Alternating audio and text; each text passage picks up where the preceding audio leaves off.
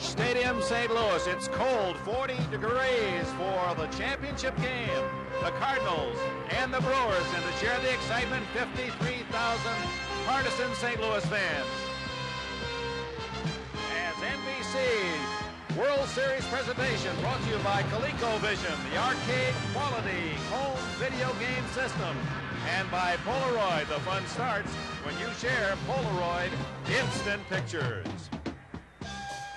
Hello, everyone, and welcome to Busch Stadium, St. Louis. I'm Dick Enberg. I'll be joining Joe Garagiola and Tony Kubek with the play-by-play. It all began 8 months ago in the heat of February in spring training sites, and now it boils down, culminates into one game for baseball's championship. The starting pitchers, Pete Vukovich for Milwaukee, Joaquin Andujar, sore knee and all, for the St. Louis Cardinals. And who might be the Sandy Ambrose or Billy Martin or Country Slaughter or Bill Mazeroski of 1982. With me is Tom Seaver. Your thoughts on this final game? Well, I don't think that Whitey Herzog for the Cardinals could have orchestrated it any better. He has his best starting pitcher going. He's playing in his home ballpark, and he's got a rested Bruce Sutter in the bullpen. On the other side of the coin, the Milwaukee Brewers, they went all the way to the end of the season with the Baltimore Orioles, and they won it. They went to the playoffs and had to go to the last game with the Angels. They won it. Now, of course, the last game of the season of 1982, we'll just have to wait and see, Dick. This 82 World Series has had its unusual moments. It certainly hasn't followed any typical form. It's had its highs and lows. And with his review of the Brewers and Cardinals through the first 6 games, here's Bob Costas. The late season report said Bob Forsch was sharp, Mike Caldwell struggling, but the Brewers jumped all over Forsch. Simmons a home run, Molitor 5 hits, Yount 4 more. Meanwhile, Caldwell spins a masterful 3-hitter, 10-0 Milwaukee. Looked like they'd go up 2-0 in the next game. They had an early 3-run lead, but the book on Darrell Porter says he always pulls the ball. Look at the overshift. In the midst of this crucial Cardinal rally, though, Porter goes the opposite way against Don Sutton. It's a 2-run double to left field. That ties the ball game and then sets the stage for another critical moment. With Raleigh Fingers unavailable, Pete Ladd, who had been very effective in the American League Championship Series, has to pitch in relief. He walks Lonnie Smith and then pinch hitter Steve Braun back-to-back. In comes George Hendrick with what proves to be the winning run. The series is tied. Now to Milwaukee for Game 3. Willie McGee is a speedster. He's not a home run hitter, right? Don't tell that to Pete Vukovich. 2 home runs by McGee off Vukovich. McGee was known as a good defensive center fielder, and that held true in the ninth as he robbed Gorman Thomas of a home run. But perhaps the full impact of Game 3's most important play wasn't felt until Game 4. The Ted Simmons smash off the leg of Joaquin Andujar knocks him out of the box, forces Bruce Sutter to pitch 2 1/3 innings of relief, and leaves him unavailable on Saturday afternoon. It looked at first as if the Cardinals wouldn't need him. Defensive plays like this one by Ozzie Smith were helping Dave LaPointe along. Look at the Wizard of Oz turn a base hit bid into a double play. And the Cardinals were playing classic Whitey ball. Tommy Herr's long drive to center field is no mere sacrifice fly. It's a 2-run sacrifice fly. McGee will score from third, and Ozzie Smith is following him all the way around from second base. But now comes the 7th inning, and Ben Oglivie sends a seemingly harmless grounder toward Keith Hernandez. Keith a nice play on what turns out to be a bad hop. LaPointe over to cover, and he'll drop it. That opens the gates for 6 unearned runs. Bear tried, Cott tried, Lottie tried, Suter watched. The Cardinals lost at 7-5. McClure, a relief hero for the Brewers. Game 5, Forsch against Caldwell again. Forsch once more can't handle the Brewers. And while Caldwell isn't anywhere near as sharp as he was in Game 1, his defense keeps bailing him out. This was the most important play of all. Cecil Cooper diving to his right to rob Darrell Porter and end a 7th inning Cardinal rally. All the glowing reports were dead right about this man, though. A second 4-hit game for robbing out. This opposite field home run is part of it. Back to St. Louis, and amidst the raindrops, it's the Redbirds who turn into wall bangers. 3 extra base hits for Dane Orge, homers for Porter and Hernandez, and another big surprise. Rookie John Stuper, a 4-hitter to outpitch the great veteran Don Sutton. 13-1 St. Louis, series tied at 3. Which brings us to Game 7. Joaquin Andujar against Pete Vukovich. But what if either should falter? Dick Enberg and I will talk to the managers about their plans when we return to Busch Stadium in St. Louis in just a moment.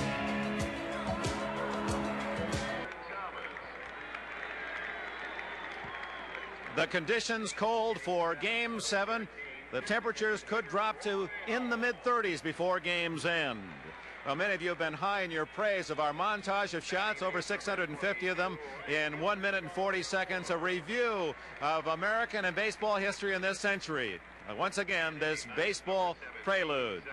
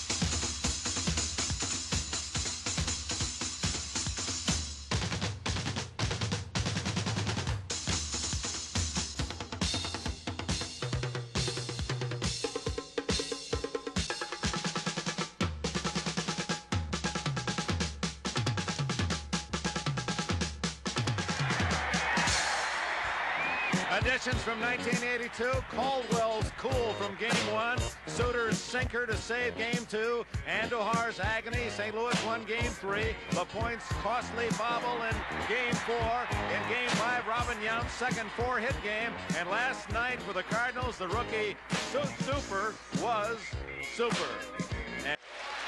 A capacity crowd here at Busch Stadium on a cool, crisp evening. And they're rooting for their Redbirds.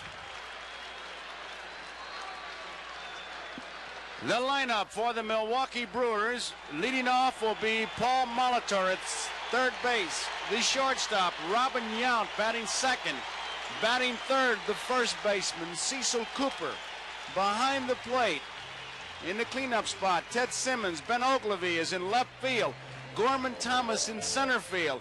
The designated hitter, Roy Howell. Right fielder Charlie Moore bats eighth, and batting ninth, second baseman Jim Gantner. And Joe, when the Cardinals took the field behind Andujar, I just saw something I've never seen in baseball history. Ozzie Smith, between the pitcher's mound and second base, did a full front flip on the run. Came down on 2 feet, did a black backflip. I didn't know he was an acrobat, did you? Yeah, we all did. Here's the defense. Lonnie Smith, Willie McGee, George Hendricks, Ken Oberkfell, Ozzie Smith, Tom Herr, Keith Hernandez, Darrell Porter, and Joaquin Andujar.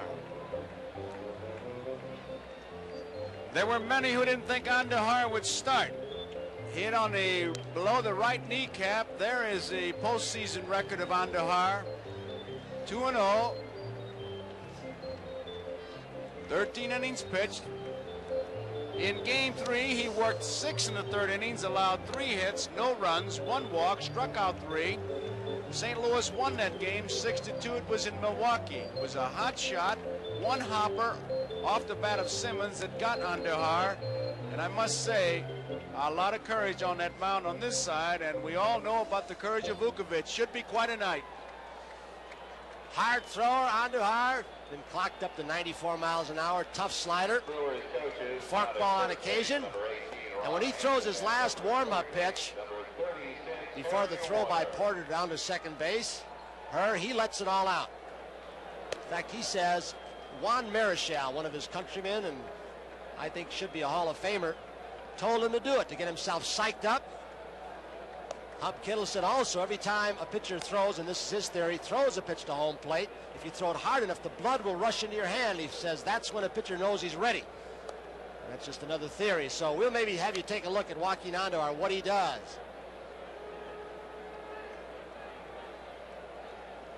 He's got 2 more pitches coming. It should be this one where he really lets it all hang out. He's kind of revving up the engine. Let's see if he does it. Meditation. Sight. Here he goes. Here he comes. Here he goes. He is a showman. I tell you, we may need a big mustard jar before this day's over with all the hot dogs we've seen so far. Paul Molitor will lead it off. Molitor, 9 base hits, 27 times at bat, hitting .333. No home runs. He has driven in 3 runs. And by now, if you've been with us from game 1, the first pitch is usually one he jumps on. And the opposition, aware of it, will pitch accordingly. Here's the first pitch of game 7 coming up. High fly ball, right field. 1 out. And Molitor's bat broke right off in his hands. He had about 4 inches going down to first base on the fly ball, and the rest flew right back behind home plate. Here is Robin Yount. Yount 11 for 25, 1 home run, 6 runs batted in, hitting .440. Andahar averages 1.7 walks per 9 innings pitched, 4.6 strikeouts. That's his 1982 record.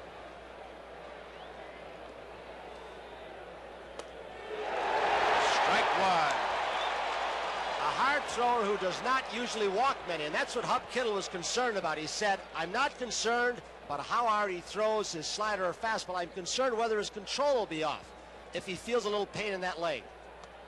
Outside, 1 ball and 1 strike. Robin Yount, the only shortstop in American League history to lead the league in both total bases, 367, and a slugging percentage of .578. He's a franchise.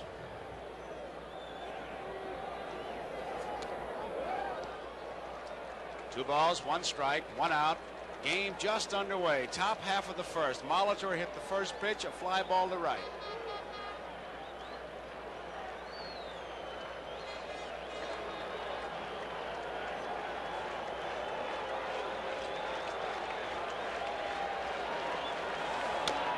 High hopper, Oberkfell at third, has it, the throw.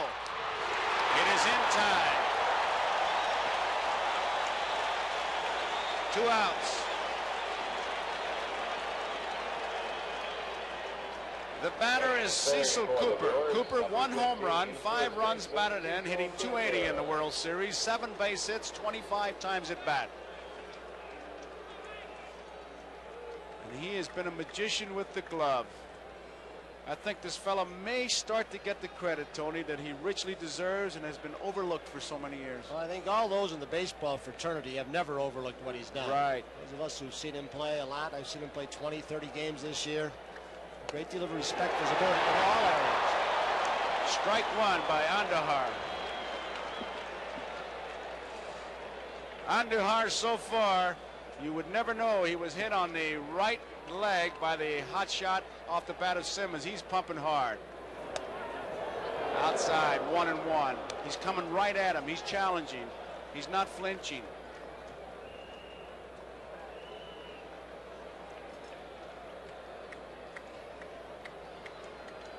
Determined Andahar. Oberkfell deep at third. Long throw. It is low.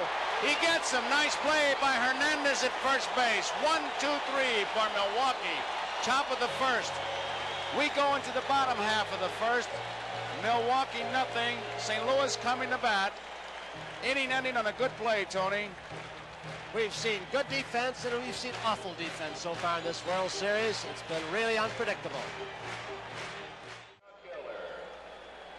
29-year-old right-hander Pete Vukovich will face this St. Louis Cardinal batting order. It's an identical copy of that used by Whitey Herzog. Pretty good formula, in fact, in 13-1 win last night. Lonnie Smith to lead it off. Ken Oberkfell at third base, hitting second. Keith Hernandez, a hot hitter the last 2 games. Right fielder George Hendrick in the cleanup spot. Catcher Darrell Porter, one of the candidates for the series MVP. Designated hitter Dane Orge, 7 for 14, hitting .500 in the series.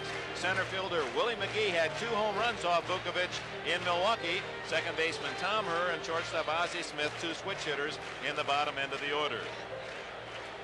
Like the entire season, Harvey Keene keeps his team the same. Ben Oglivie, Norman Thomas, Charlie Moore in the outfield, Paul Molitor, Robin Yount, Jim Gantner, Cecil Cooper, Ted Simmons, the catcher, and Pete Vukovic, the pitcher.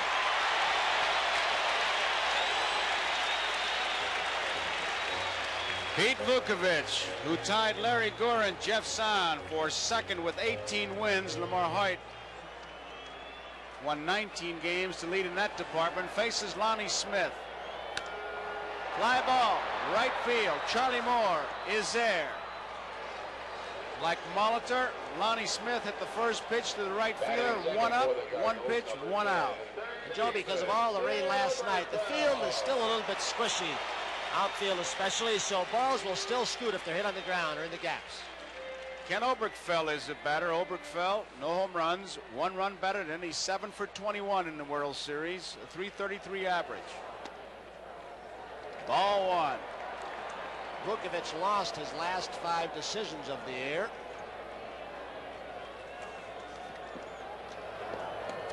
Strike. 1 ball, 1 strike. Joe, on September 20th, Vukovic pitched a ball game, 11 innings against the Boston Red Sox, where he really had a rough time, faced some tough situations, and since that time, his shoulder has not been well. He's had cortisone shots. He's refused to get out of the rotation. Has been pitching with some pain. See how many fastballs he can get up there tonight. Very important that they can't sit on his off-speed stuff. 2 balls and 2 strikes to count on Ken Oberkfell. In the last game against the Cardinals, game 3, 8 2/3 innings, 6 hits, 6 runs, 4 were earned, 2 home runs by Willie McGee, 3 walks and a strikeout. Foul ball out of play. Count remains at 2-2, 1 out, bottom of the first, no score. Vukovic with a great straight change, slider, sinker. He'll ride a fastball. There was the breaking ball, slider, low inside, good spot, strikeout. First one for Vukovic, 2 up, 2 down. If Pete Vukovic can keep the ball down in this area, he's one pitcher, he'll be tough. He's one pitcher, Joe, who likes to pitch from behind for some unknown reason. I guess probably because he can throw that changeup and breaking ball over any time he wants to when he's behind in the count. The only other pitcher I ever heard say that was Murray Dixon with the Cardinals. He says because when a hitter gets ahead of him, he's looking for a particular pitch and I can fool him. Ball 1. And when you look at Murray Dixon's record, you'd have to believe him. Hernandez having his 29th birthday today. 1 ball and 1 strike. Behind the plate, Lee Wire. And we look at Vukovic.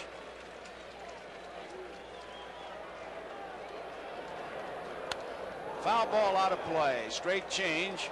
And it's 1 ball, 2 strikes. You look at Vukovic's hat and you figure that both Vukovic and Caldwell don't exactly go to a designer cap man.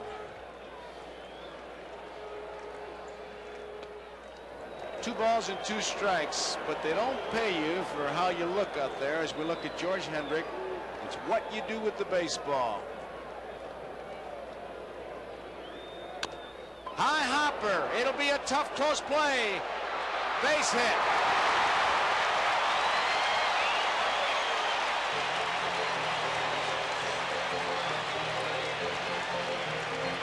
Vukovic has a pretty good sinker or something going tonight because that ball just dropped off the table.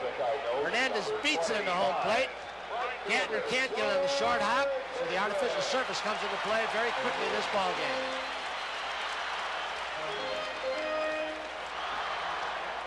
Here is George Hendrick, who is 7 for 23, a .304 average. No home runs, 4 runs batted in. He's been hitting a lot of balls up the middle. Hernandez is back. The Cardinals know through their scouting reports that Vukovic, he will throw to bases first and second, but doesn't throw the ball hard there very often. You can see him staring Hernandez down right now. Hernandez stole 19 bases in 1982, was caught 11 times. He has a good lead. 1 foot on the artificial surface. That's the yardstick. High pop foul behind the plate. Simmons coming back, no play. Last pitch by Vukovic, I don't know if it was a sinker he got up or what happened, but it was registered on the radar gun at about 81 miles an hour. We had Andujar's slider at 85 in the first inning. Vukovic, a bear down kind of pitcher.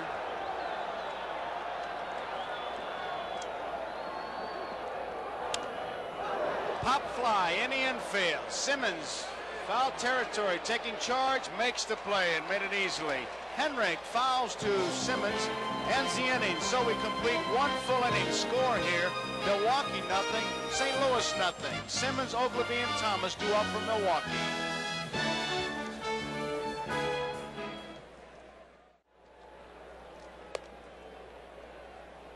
As we view our colleagues from Japan, hello to those around the world who are covering the World Series. It certainly is a World Series when you consider all of those, not only the radio, television, the writers, photographers that are communicating their stories back to all corners of this world. Top half of the second inning, and here is Ted Simmons to lead it off. Simmons with 2 home runs, 3 runs batted in. He's 4 for 19. That's a .211 batting average. And after those first 2 ball games with the home runs, the Cardinal pitchers almost refused to pitch to Ted Simmons on orders from Whitey Herzog. He said, "We are not going to let Simmons beat us." Left field, Lonnie Smith makes the play. Joe, I think they'll continue to do that throughout this game because Ogilvie and Thomas have not, well, they've got 1 extra base hit between them, Ogilvie and Thomas. 3 RBIs. Ogilvie does not yet have an RBI in this series. He's in the batter's box now, hitting .217, 5 for 23. If you're wondering how fast that last pitch was, 91 miles. So Andujar, who looks like he's throwing hard, we just checked with the radar, and anything over 90, obviously, he is at his best. You can also see down low in the strike zone how he can go with that 2-seam fastball and sink the ball, make it run away from left-handed hitters. Sometimes the left-handers, you go with a 4-seamer, come up and in.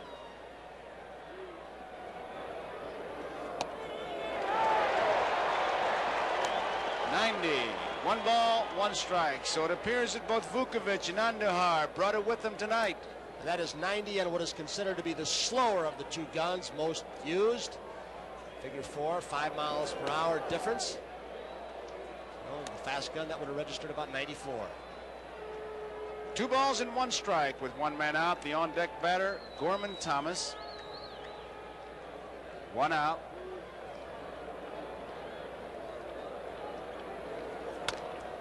Oberkfell, big hop, in time, 2 up, 2 down. Andujar's retired the first 5 men he's faced. Joe, I'm always amazed when I see Andujar pitch a hard thrower that he walks so few, and I always think, well, of course, Tom Seaver right in our booth who's a hard thrower whose walks to innings pitch has always been very low.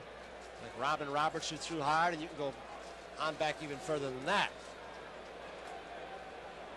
Well, testimony to the fact he has the good fastball is the fact that 4 of the 5 men have hit the ball to the opposite field. The only one who has pulled it, and that was weekly, was Robin Young. I'm waiting for somebody to try to bunt to see what happens. Lee Wire, you could hear him say that's outside. Ball 1. Gorman Thomas, 3 for 22. He's 0 for 3. No home runs, 3 runs batted in. 136 is the average. 1 ball, 1 strike to count on Thomas. Thomas' bat has been cold a good part of September through the League Championship Series, now the World Series. The home run ratio.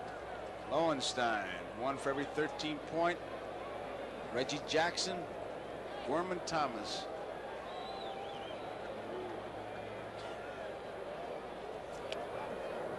Two balls and a strike, 2 outs, nobody on. Top of the second. Game 7. On deck batter, Roy Howell. He's the designated hitter. Cardinal DHs in this series because the Brewers have done much better than the Brewers. 2 balls and 2 strikes.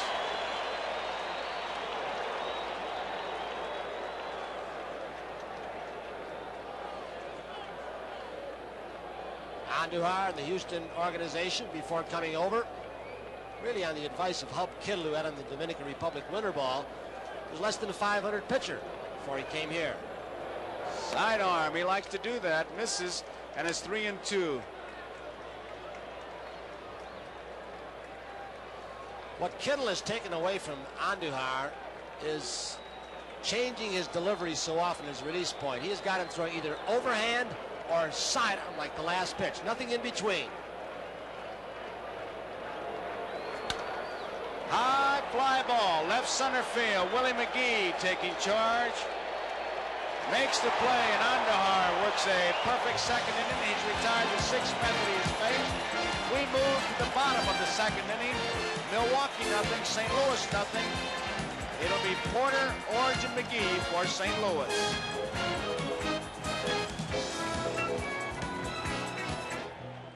Background, Busch Stadium, St. Louis. And a reminder, Friday night lineup on NBC. Hope you'll start at 8 o'clock Eastern Time. Enjoy Matthew Starr, Knight Rider, and Remington Steele. Darrell Porter leads it off. Porter 7 for 23, 1 home run, 4 runs batted in, a 3.04 average in the World Series. Strike 1. And the press box in the ballpark rocked with the news that Billy Martin was fired by the Oakland A's. Didn't get it, a slow curveball. Well, the next question you ask, will that remarriage be made in heaven one more time with Mr. Steinbrenner and Billy? Is that 3 times or 4? I lost track. I don't know if it made it in heaven. Might be made at Yankee Stadium. 2 strikes, the count on Darrell Porter. Came to the ballpark, it was a rumor, and it was verified by a wire story. And the press box was really buzzing. Billy Martin. Out.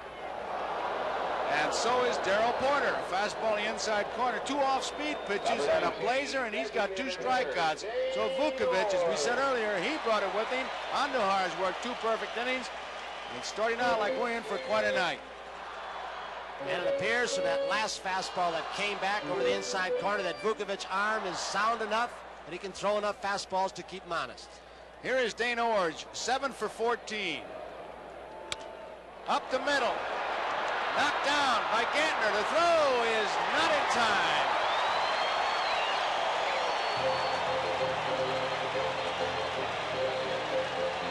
A base hit for Dane Orge. He's 8 for 15. Now, brother Garth, the Toronto Blue Jays back home, taping this World Series for his brother Dane. I think he'll have some fun looking at those base hits when this series is over with. Artificial surface hit. Gantner, as the ball picks up speed, can only dive. Orge has another one. What a hitter he is. He reminds me from the other side, of course, of Lou Piniella.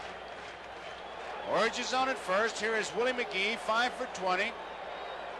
2 home runs, both off Vukovich. Fastball is high, ball 1. Molitor at third base is in a couple steps, protecting against the bunt. McGee with just great speed. They play him straight away. There you see Molitor. Lead by Orge.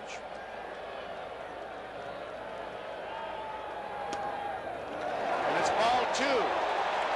2 balls, no strikes, 1 out, no score, bottom of the 2nd.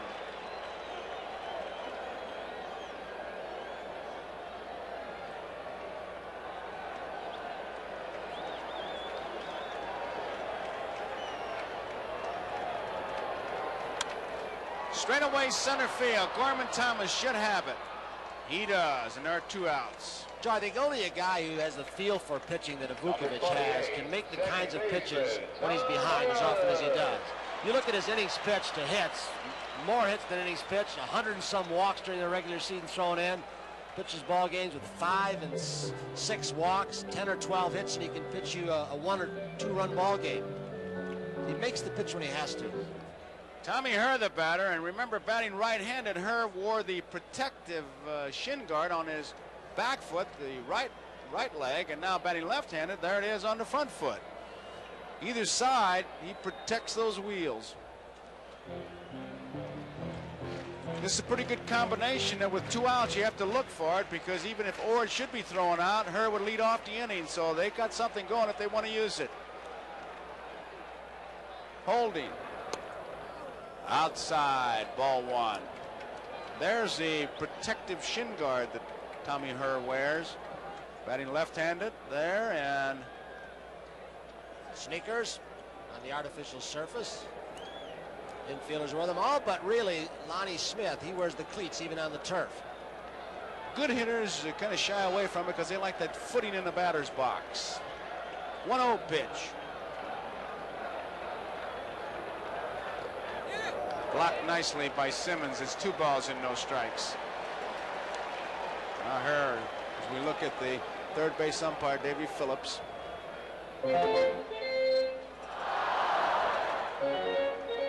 Simmons asked for the appeal. Some people have said that it's a cop-out on the home plate umpire's part. Actually, if the catcher requests it.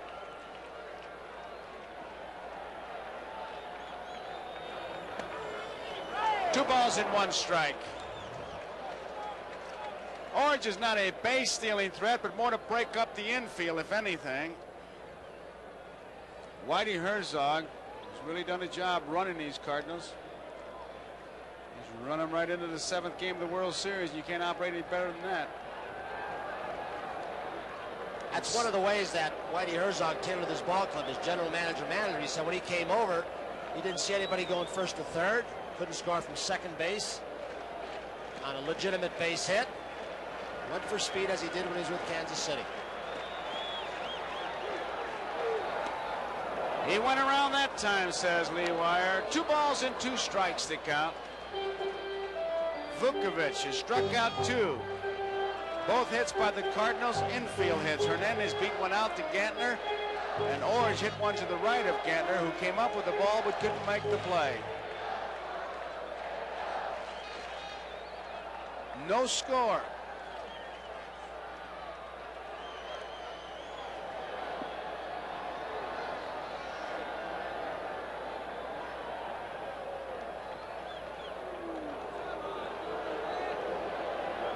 Vukovich keeping a good look. Watch him just peer over that shoulder.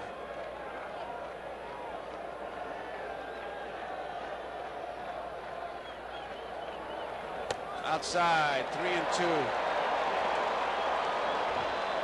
Brother, when he looks over there, you don't want to run before you see the whites of their eyes. You can see him with Vukovich with that shot. See what Pete does in this count. He stays with the fastball. Is he 2-2, or he throws that great straight change he has so much confidence in? I think fastball. What do you think? I don't know. I really don't know, but he can do anything if he wants to. He can throw the breaking ball, fastball, or change up over. He let up on it. He changed up on it, walked him, and that puts Orange at second base. Herr at first base. There are 2 outs, and it brings up Ozzie Smith.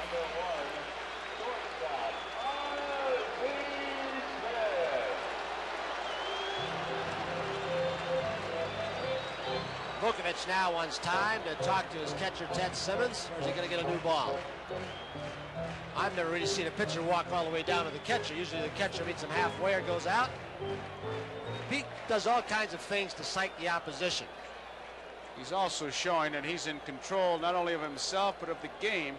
A catcher can merely suggest a pitch. The pitcher is the guy who has to make the final decision. You can question it all you want, like 3-2. You say, why would he throw a change? Because he felt like throwing a change, and that's good enough for most managers. Ozzie Smith, the batter. 2 outs, base runners at first and second, no score. Low, and it's ball 1. Dane Orange at second base. Tommy Herr is on at first base. Al Vukovich right in form. He usually pitches himself in a lot of trouble and right back out.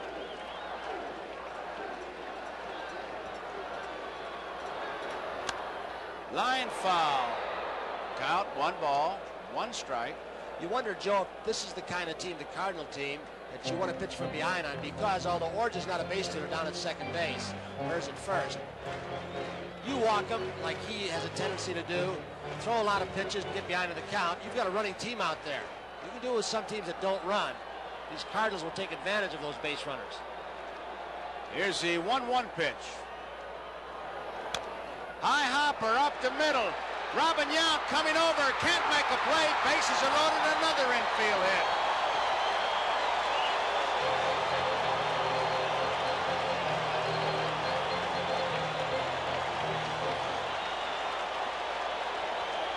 So we've seen a couple of artificial surface hits in this ball game already. There's another one. Yount comes across, takes a glance. At third base, really, in case the runner, Orge, had made a wide turn, he would have gone that way. Watch him look over. See what the runner at third is doing. He knew he didn't have a play at first base, and the Cardinals have the bases loaded. Here's Lonnie Smith. And in Smith, Vukovic is facing a man who punished him in Milwaukee. Lonnie had a double and a triple facing the Milwaukee right-hander in Game 3. Off the end of the bat, a change of speed, and he was way out in front. Well, Vukovic, Dick, got hit by the number 6 and number 8 hitters the last time.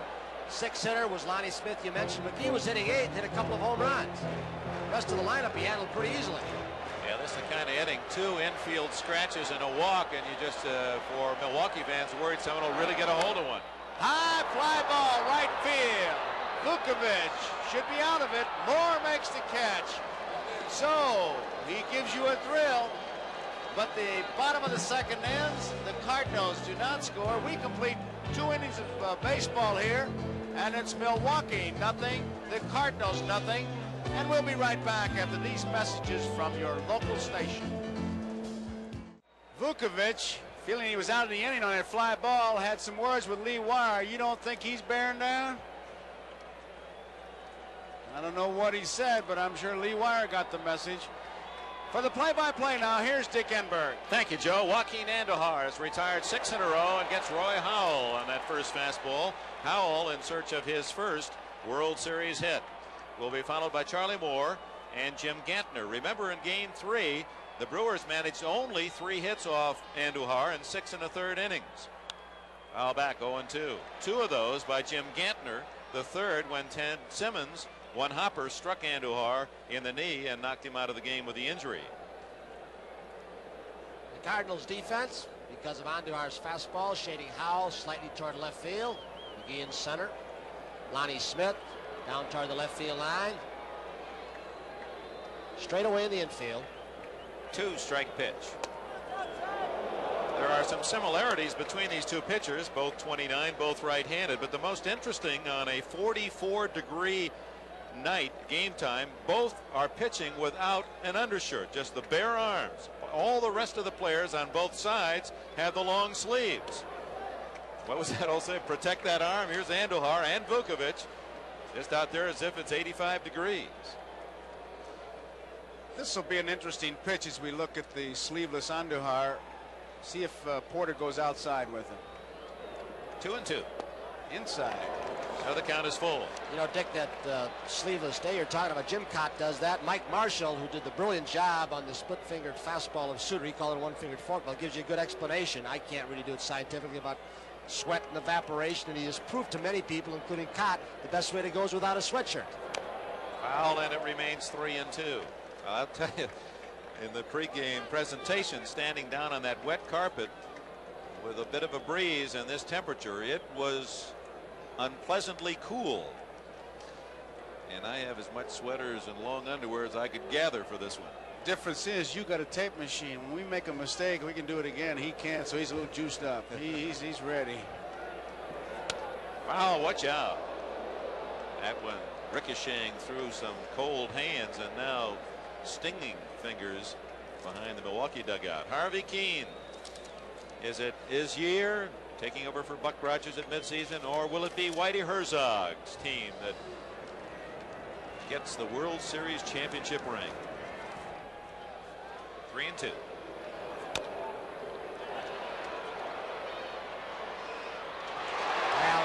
saw proof of whether or not Andujar's leg as well. He got over there in a hurry with no trace of a limp. But they're He checking really him. got off the mound. He stopped as soon as he caught the ball, and you can bet that's what Hernandez is asking him.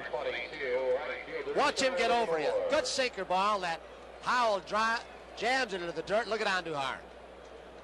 Not one trace of a limp. He got a little bit off stride, hit the side of the bag almost in foul territory, something a pitcher doesn't want to do. You can get spiked or stepped on or run over. He misplaced the bag there for a second, but did get out of the way. Of course, that play was so critical in Game 4 when Dave LaPointe, trying to fish for the bag, dropped the ball, and the Cardinals ahead 5-1, saw Milwaukee score 6 unearned runs and a critical 7-5 victory. Charlie Moore fouls it away. They're still late on him. Moore was late, fouled it off to the left side, and Moore's first swing sends it into the first base crowd. Andujar's retired 7 in a row, 4 by ground balls. No score, top of the 3rd inning. The deciding game, 1982. Moore with a big rip.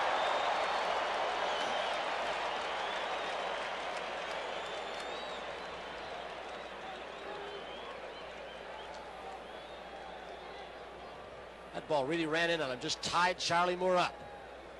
Not only does he throw hard Andujar, but you can see the movement on his ball, especially from this center field camera.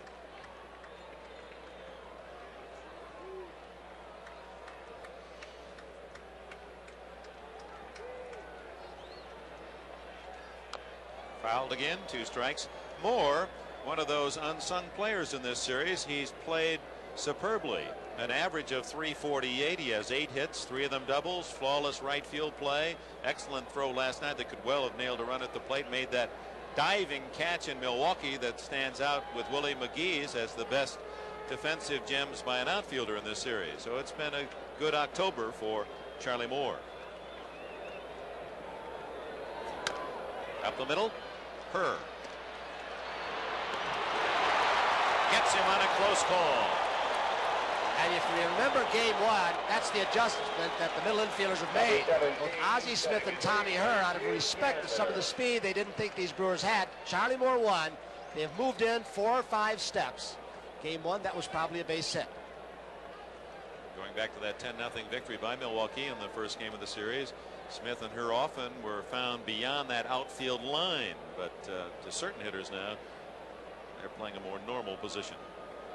Gantner was the one man who could solve Andujar in his first game in Milwaukee. He was 2 for 2. He too has had a good series, hitting .333. Outfield, infield, straight away. Out of play, off to the left. One of the oddities, the Cardinal club leading the Brewers in extra base hits. So far in this series, Milwaukee has scored 30 runs, St. Louis 33. Extra base hits, St. Louis 21, Milwaukee 17. 17 errors in this World Series. Milwaukee has committed 11. Andujar taking his time, ahead on the count, 2 strikes. 2 gone. No one aboard for Milwaukee. They're looking for their first base runner. Ooh. Didn't clock that one, Tony. I was the same as you. The first thing I did was look down. That, without a doubt, was the hardest ball he threw. If nothing else, he is loose. 1 ball, 2 strikes.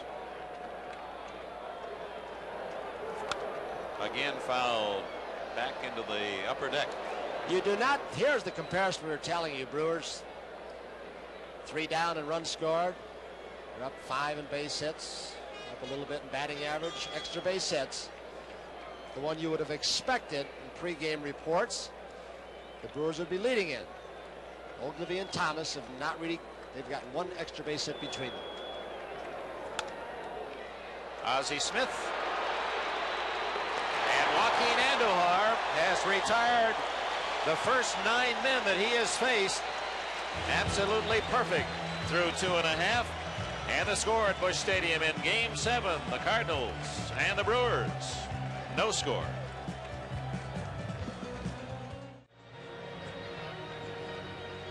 That shot from the Illinois side of the Mississippi through the yards into Busch Stadium. There are only 4 Goodyear blimps in the world, 3 in the United States, 1 in Rome, Italy. This one, the Goodyear Blimp America from Houston, Texas. Our pilot captain, Tim Townley-Wren from Escanaba, Michigan. Our cameraman, George Simpson. Technician, Harvey Shea. Down below, it's the bottom of the 3rd, no score. Vukovic working to Ken Oberkfell. Cooper with a short hop and the easy play. 1 away. Tom Seaver. Dick, a couple of things that you and Tony have touched on about the psychology of the pitchers, how they will try to intimidate the hitters. The thing about Joaquin Andahar, as you have pointed out, they cannot get the bat out in front in the hitting zone on his fastball. On the other side of the coin, Pete Vukovic warmed up in the bullpen with long sleeves on. He knows Andahar does not pitch with sleeves. Came in, took the sleeves off, and went out bare arm. Now it's 44 degrees. What's the chill factor? I mean, that's intimidation of the opposing pitcher. Actually, they say the chill factor is 30 degrees, and the temperature itself will be in the 30s before game's end. That's really cut it fine when you have to intimidate a guy by the way you dress. Of course, Vukovic, we mentioned earlier, hardly the Beau Brummel of the baseball world. In fact, where you see some of the dressed for this 7th game of the World Series, some of the players are tailored so perfectly, their uniform. And Pete, he kind of dresses as if he wants to go to sleep right after the game, he doesn't have to put on his jammies. He's wearing them. Nice and loose. And for the first time, hitters ask for the baseball. A sinker that Vukovic threw to Hernandez. 2 balls, no strikes to Hernandez. Infield hit, first trip. Back into the mezzanine. 2 balls and a strike. Hernandez hitless in the first 4 games, but has 7 hits since. 2-run homer last night. His first 15 outs he made, he hit a lot of ground balls. He's adjusted, perhaps with a weight shift or position of the hands. His father, former professional ball player's hitting instructor. 3-1. He went around. No, says Dave Phillips on the appeal. That's the 2nd walk allowed by Vukovic. You saw the graphic earlier. Vukovic leads the Brewers in walks. Slider. Show you what the poor hitters cannot do, but the good hitters can. Right at the last, when they're going after a pitch, the hand strength to just stop that bat. Right fielder George Hendrick, he fouled to the catcher Simmons, his first at bat. 1 out, no score. They've been keeping the ball outside, and Henrik, with that hole between first and second, has been hitting the right field and up the middle. So he's been going from center field over. There you see the gap. He can plug it. See if Herzog starts him. Look at it. Drives him off the plate, 2-0. And that's a good pitch by Vukovic, because he's as much as telling him, hey, I know what you're trying to do, and I'm going to keep you from it. And he comes inside, and he hasn't seen that many pitches inside, and he just made a question mark out of it. Joe, I'm not so sure it's that good a pitch when you go 2-0 on the cleanup hitter. Well, I don't think he wanted to make it a ball, Tony, but he got it inside is what I'm saying. He wasn't going to stay outside. He's letting him know that I know what you're trying to do. He was certainly trying for a strike. You never try to throw a ball unless you're way ahead of the hitter. That's a good example of a hitter looking outside, almost got hit himself with the pitch. It wasn't that far inside, but he was leaning out over the plate. Strike, and it's 2-1. Little breaking ball sent the slider into the strike zone. That made that slider a little more effective, even though he went ball 1 on that second pitch.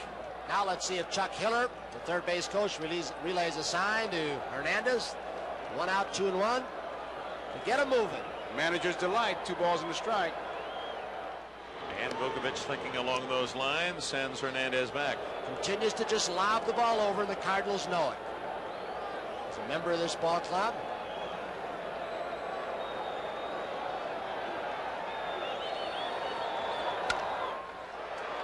base hit to left field. Hernandez will hold at second base. Hendrick with the 4th Cardinal hit, the first through the infield.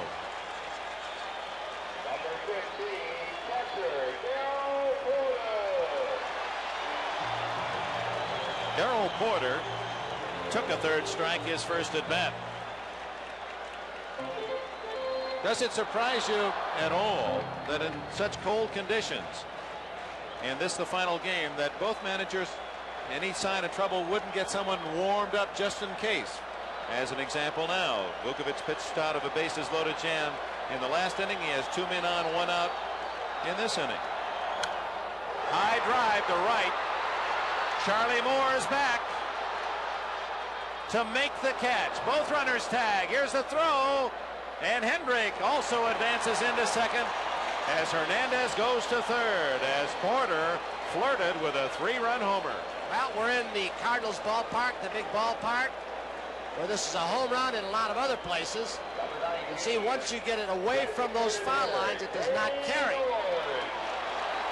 Another one of the reasons why the Cardinals were last in the major leagues in home runs. 2 out, 2 on, and in scoring position for Dane Orge, and he has been the Cardinals' hottest hitter and also has been the most successful with men on base, 400 in scoring those runners. 2 away, full windup for Vukovic. All Orge has done in game 4, he started, had a double his last at bat. Last night, his next start, a double, triple, double, and a lined out to left, and then he had a single to open tonight. Out of play. And Vukovic has stranded 4 Cardinals through the first couple of innings. He's got a couple more looking at him in second and third. This is typical pattern for the 29-year-old from Clarion State of Pennsylvania. How long can you flirt with that, though? That's true. The Cardinal Ball Club, whose bats have been on the roll the last 2 ball games. Misses inside, 2-1. First base is open. Rookie Willie McGee is on deck. And Vukovic knows all about the young center fielder. He took him deep twice in Milwaukee.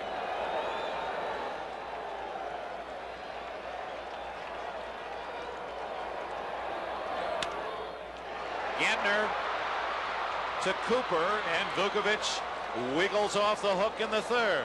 No runs, a hit, and 2 men left. 6 stranded by the Cardinals in the first 3 innings. We go to the top of the 4th inning at Busch Stadium, St. Louis. Paul Molitor, Robin Yount, and Cecil Cooper. The first 3 in the batting order. No score.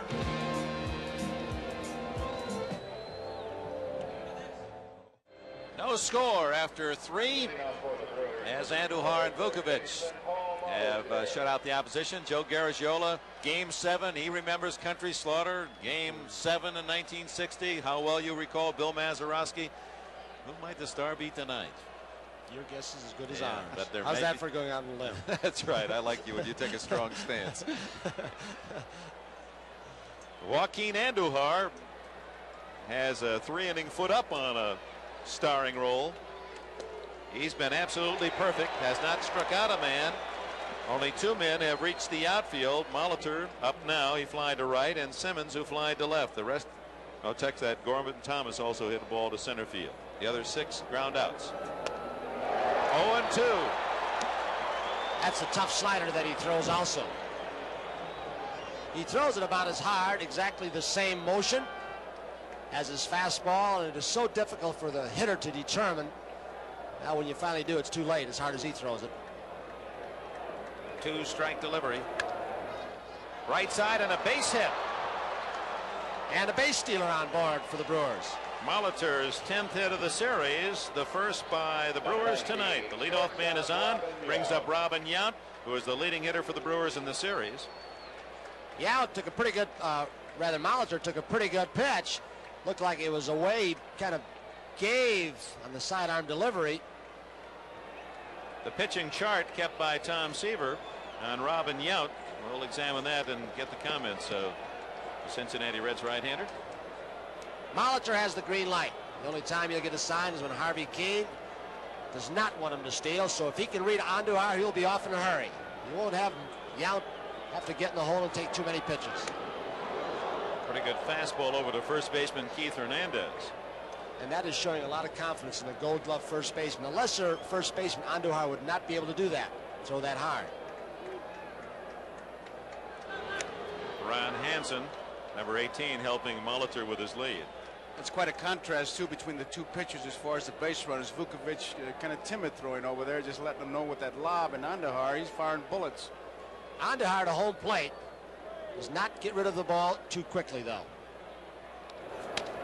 Off the fists, Oberkfell gets one there, but not the double play. Yount safe on the fielder's choice.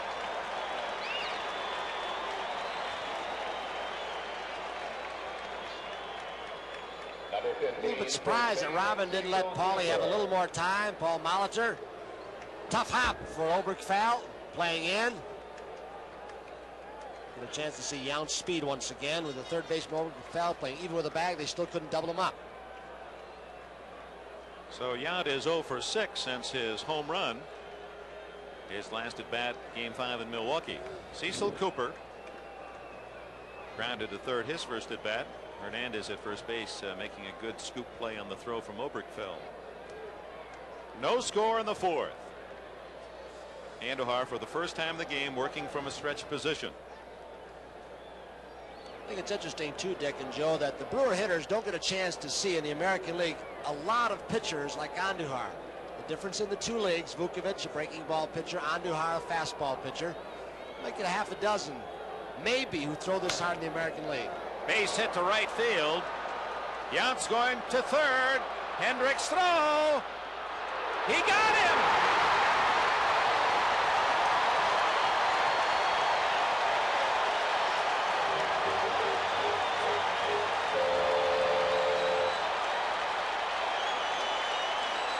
Just an outstanding play by George Hendricks. Underrated, unspoken.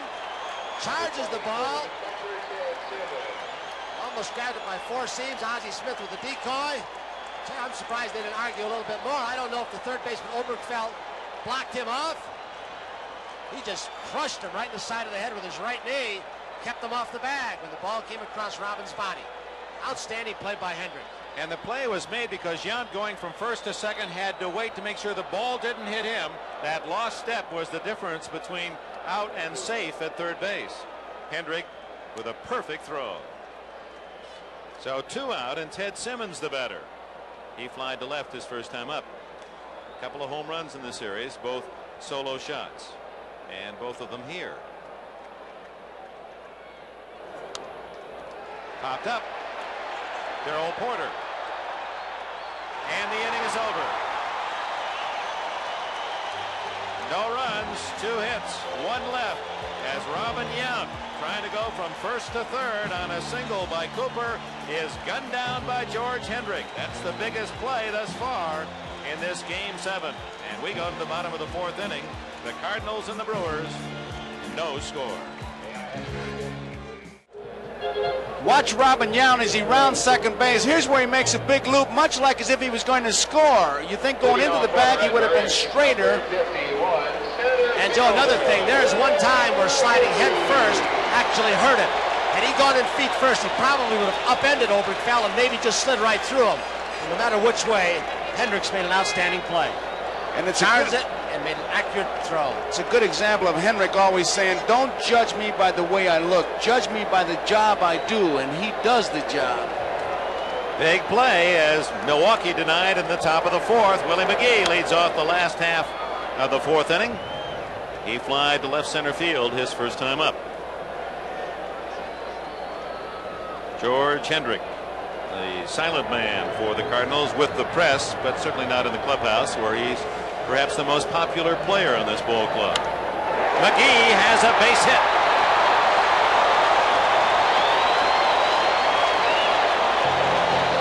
And for the 4th inning, Vukovic will be pitching with a runner aboard, and for the first time with the leadoff man on. And it's the first time that the Cardinals have had a base stealer as the lead runner. Orge out in front, clogging it up a little bit. Tommy Herb, good bunt man, good hit and run man, and he may be up there to give Willie McGee a chance to steal. Molitor is in tight. We're going to see some action because they'll test Vukovic and Porter, and if they pick the right pitch with the change of speed, there's no way they'll get McGee. Al Herr's there to serve the kind of job that Jim Gilliam did for Maury Wills, Sizemore did for Brock. Give him a chance to run. Take a pitch if you have to. Let Willie go. Stole successfully 17 out of his last 21 attempts.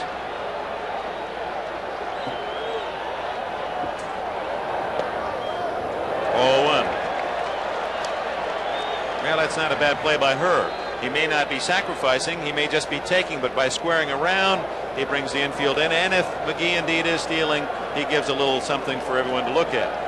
Except the catcher, when you square around like that, it's tough to see the base runner, and it blocks your vision if the bat is high enough. McGee bluff going, and it's 2-0. You know, there's really no sense sacrificing with a McGee there unless it's late in the ball game, because he can steal second base for you without giving up an out by the sacrifice. So Herr is there to protect. Did you see that infield, the way it really jumped around there? Gantner he really was breaks covering. up the infield. Gantner was the man who was covering, but everybody moved. No one out. McGee at first base with his lead. Hit to right field. Moore has to play it on a hop. McGee on to third.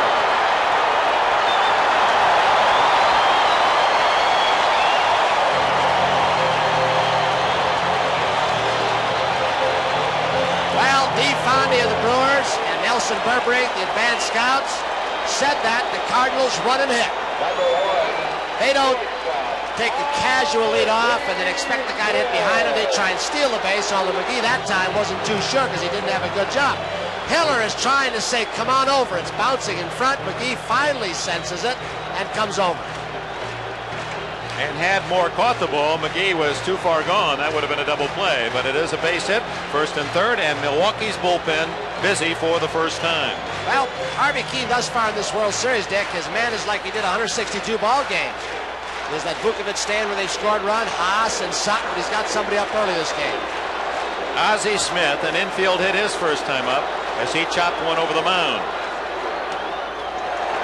And one of the things the Milwaukee defense has to look for here is a possible squeeze bunt that could get a run home and move the other man to second base to place him in scoring position. Smith handles the bat well. And Herr can steal.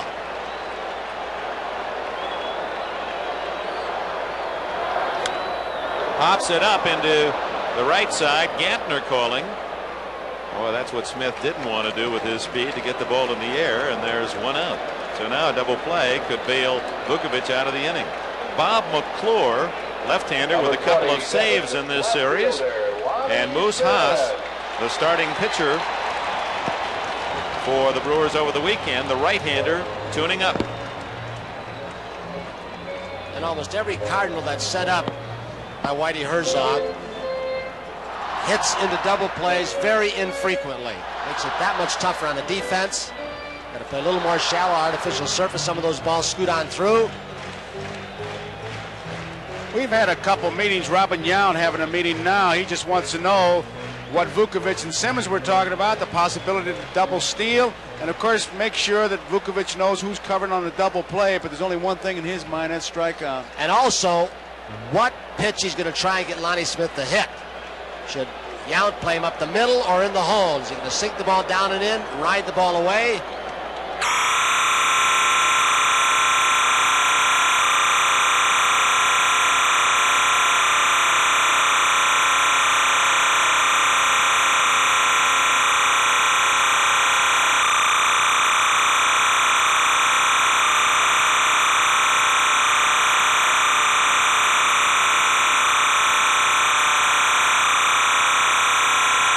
Third. Smith, fly ball to right, first two at bats. Change up, had him out in front. No runs, 6 hits for the Cardinals in the first 3 1/3. No runs, 2 hits for Milwaukee.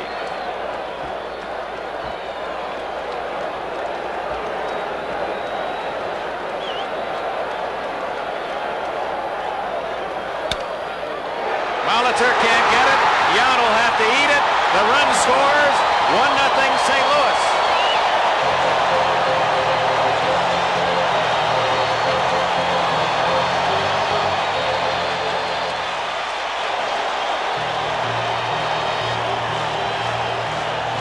pulls so many rabbits out of the hat as Vukovic is down. Look at where Molitor is playing, a tribute to the speed of Smith in case he should drop a bunt. As soon as he does that, the ball gets by him, no chance for double play. Had he been able to play 2 strides deeper, he catches that ball, and you've got an around-the-horn double play starting. Well, Whitey Herzog has constructed his team to play on the artificial surface, and we've seen a lot of carpet hits. There was another in this game tonight. Oberkfell takes a strike. He has struck out and grounded to first. As Harvey has said all year, it's which side do the lucky inches fall. That's what determines the winner. 1-0 St. Louis in the bottom of the 4th inning. 2 on and only 1 out. Just to drop in a note as to what the early lead has meant this year to Joaquin Andujar. When the Cardinals have scored first for Andujar, he is 15-1. And they've given him the early lead tonight. Trying to get moving. Cooper gets one there, and that's all that the Brewers can manage. So 2 out with runners at first and third as Oberkfell is safe on the fielder's choice. So a runner at first, a runner at third, and with 2 down, Keith Hernandez coming up with the Cardinals leading 1-0.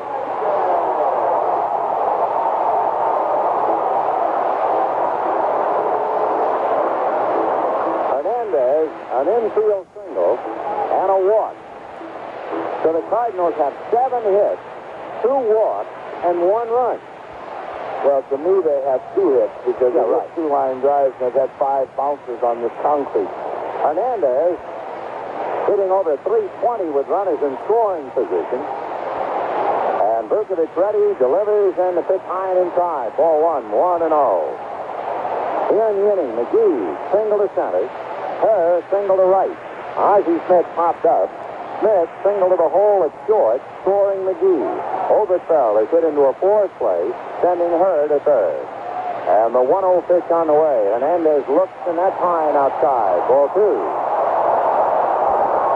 Tommy Herr down the line from third. Ken Oberkfell standing right at the bag at first. 2-0 to Hernandez. The outfield fanned out straight away. Oglivie very deep in left field for a left-hand hitter up there.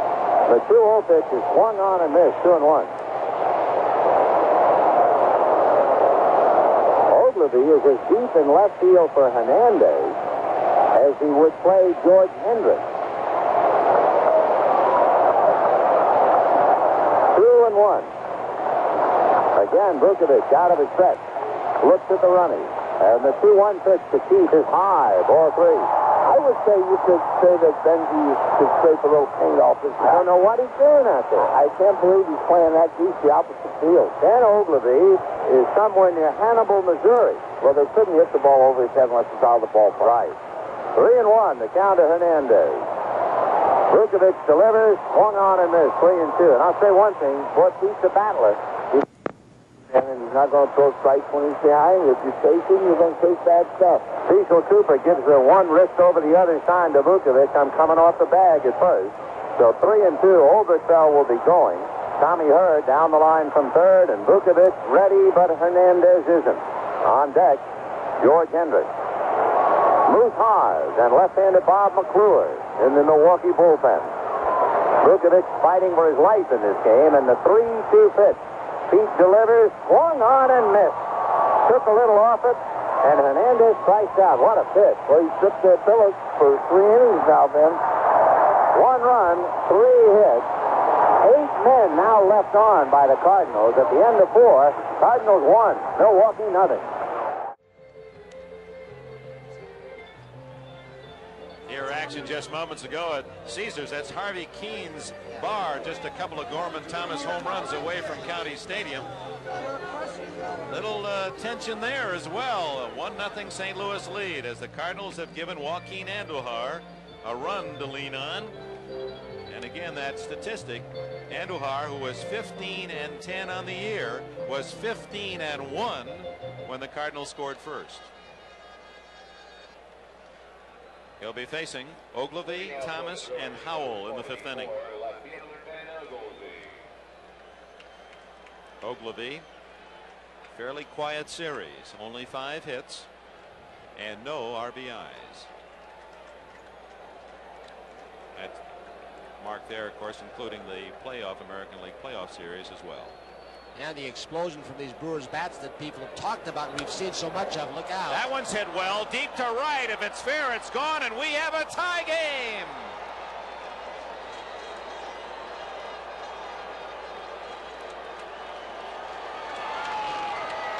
Live in Milwaukee, you can bet that brought them right out of their seats as Ben Ogilvy has his first home run of the series, and we have a new game at 1.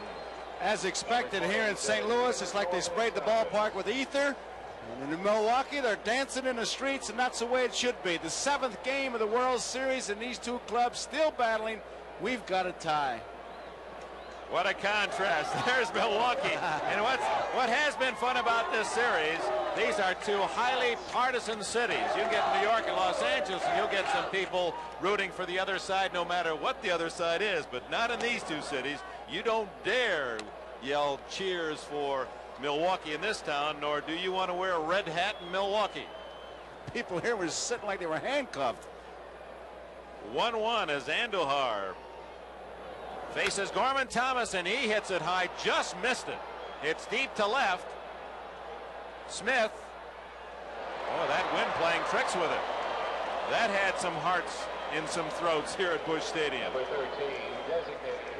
They haven't had a whole lot of good swings at Joaquin Andujar. They've been behind him, but they seem to be catching up. This pitch is a slider that is about belt high inside. Did not get down like Andujar usually likes to throw it. When he gets that downward action along with the inward action, that one just stayed right there, and he really hit it hard.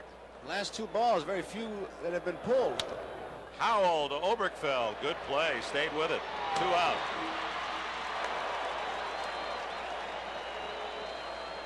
Well, Milwaukee, as you said in the pregame show, has pushed themselves to the brink all season long. When they lost Fingers, pitching staff got tired. Got to go out and get Sutton to really clinch it for him.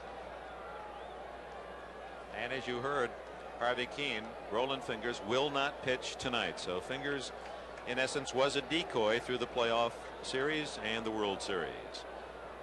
Charlie Moore grounded to second, his only time up.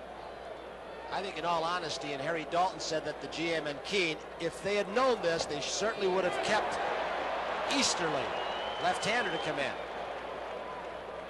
But they did not make him eligible. 1 strike to Moore. Herr has to hurry. Gets him. And the inning is over. But Ben Ogilvy's long home run to right has tied the game. And at the halfway mark in this one, 4.5 innings in the book, the Milwaukee Brewers won, the St. Louis Cardinals won.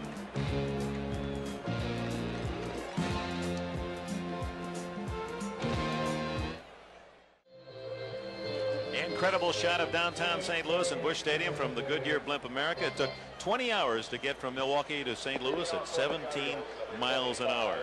Tom Seaver has kept his pitching eye on Pete Vukovich. Dick, the one thing that Tony has been talking about is how Pete Vukovich will get behind and pitch from behind. He's faced 21 hitters, and already on 2-0 and 3-1 counts, he's been there 8 times. Those are when the hitters really make their living. And one reason, Tony, he can do that, as you pointed out, he can change speeds and throw.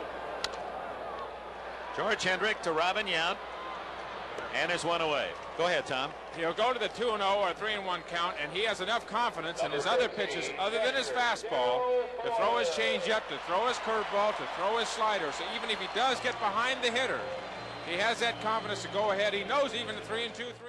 Well, that's the problem. If somebody does sit on it, it's one of the easiest pitches to hit, especially if you get a changeup that does not move. The hitter can really coil on it, and it's like a spring uncoiling, and boy, it's a dangerous pitch. That's why you got to use it sparingly. Foul by Porter. He's not shortchanged on any of his swings. 2 balls, 2 strikes. Vukovic's changeup is so good, however, he throws 2 different kinds that he has at times thrown an entire ball game and thrown 40 or 50. That's how good it is. Sometimes close to half his pitches in a 9-inning games could be changeups. Not always. 2-2, another change, and it's outside. 3-2. One out. No one on. Bottom of the fifth. We're tied at 1 in this final game of the 1982 baseball year. And another change rolled into the Cardinal dugout. He changes not only off his fastball, off his slider, and he slows down his curveball. When he comes over the top with that downer, he'll take something off at time to left-handed hitters. Vukovich in constant trouble since coming out to work the first inning, but in a 1-1 tie. Pops up Porter on the left side. Yount calling. Squeezes the second out. What about this Sunday rematch of that wild fight scene on Sports World last summer that was halted because of low blows? Mark Frazee, Dwight Tiger Walker go at it. And of course, Stadium Supercross following NFL 82. That's all beginning at 1 o'clock Eastern time, an NBC Sports special this Sunday. So be with us. Dane Orge, an infield hit in 2 at-bats. Out of play off to the left. You know, here's a guy, Dane Orge, who this spring training was concerned about making the Cardinals' 25-man roster to go north.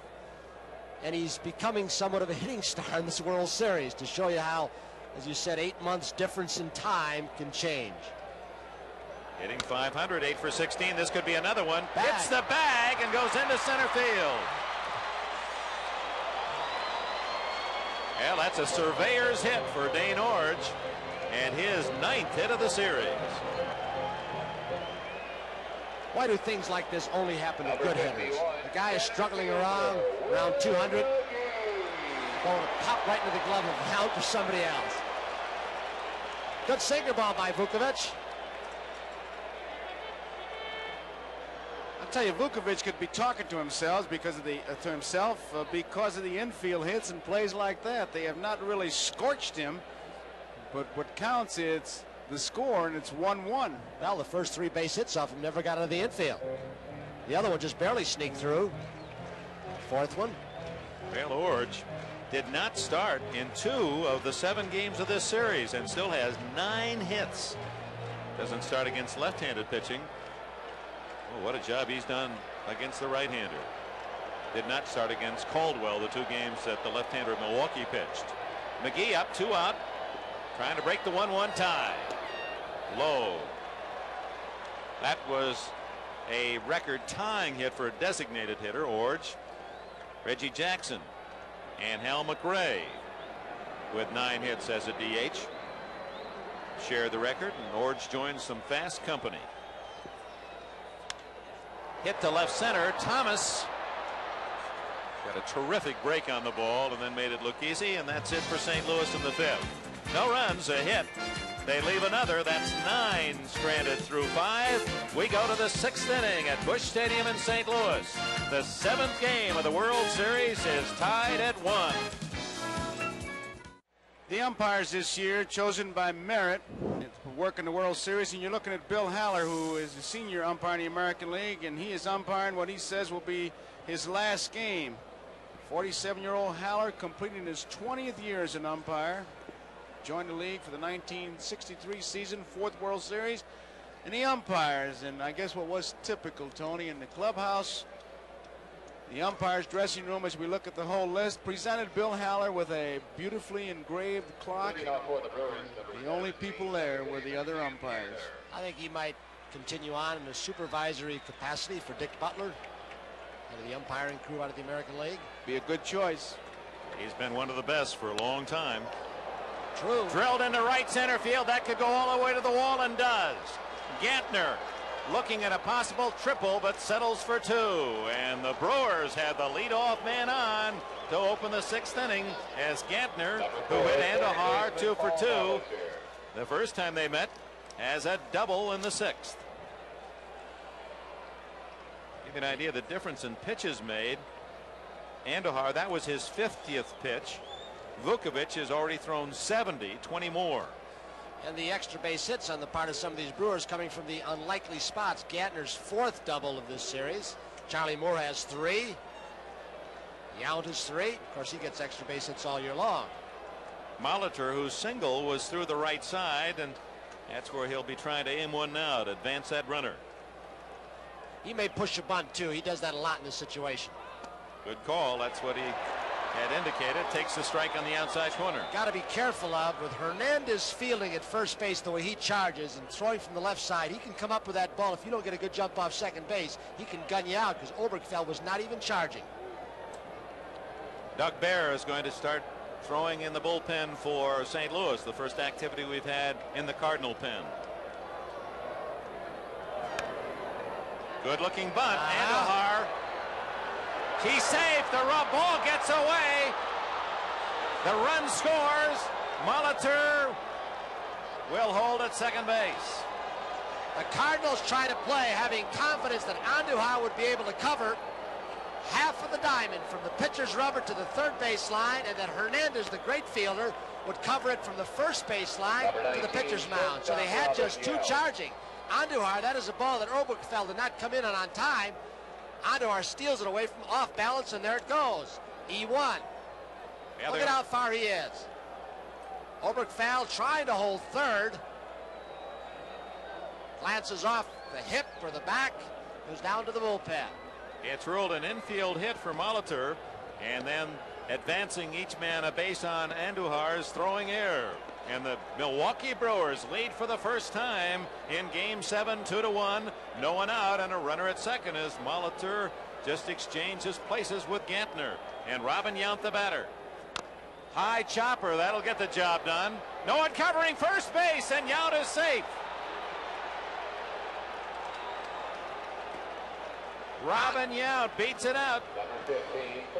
Showing the kind of player that Yount is, a man who had so many total bases, not trying for a base hit. Look at how he just hits inside out, chops the ball into the ground, giving himself up.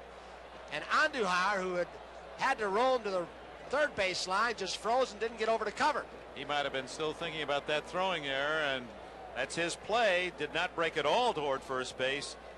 And everything going right for the Brewers here in the top of the 6th. They'd lead 2-1 and have runners at first and third and no one out. Can't help it. Once again, those lucky inches, the way they fall. One way or the other, it determines it. And for the first time, we saw Andujar thinking about that shot that Simmons hit off his leg. Can he move as we look at the bullpen? Cott is the left-hander, Bear is the right-hander. And Andujar moved to first base to cover well earlier in the game, and a little mental lapse that time that could really hurt him. Here's Molitor when he bunted down and Andujar threw off balance. Andujar had an awful lot on this throw to show you the strength of his arm when he was falling away from the first base bag that went into the bullpen. Brewers, chance for a big inning with nobody out. Cecil Cooper 1 for 2 off Andujar. Yount at first, Molitor at third. 2 good base runners, and Molitor with much better than average speed. Outfield deep straight away. 2-1 Milwaukee, top of the 6th. Yount goes, hit to deep left. Back goes Smith. Molitor tagging. He'll score. Yount played it halfway, now returns to first base. It's 3-1 Brewers. So Harvey Keene trying to stay out of a double play, create a hole because Cooper can't hit the ball so well the opposite way. He had Ozzie Smith covering from the shortstop spot, Dick. He got it in the air. He was trying to shoot it through the shortstop hole.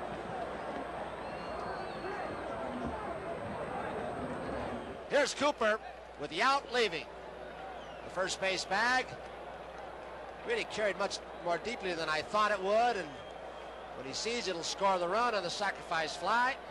That's what you saw. Interesting shot. Remember in the playoff series, he was making a different gesture. Get down on that line drive single. That was the game-winning hit against the Angels in Game 5.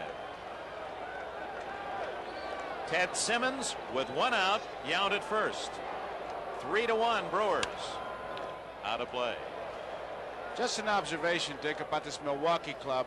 Tony, I think they think play. Molitor was thinking any way to get him over. Cooper, any way to get him in. Instead of Yount, the same way.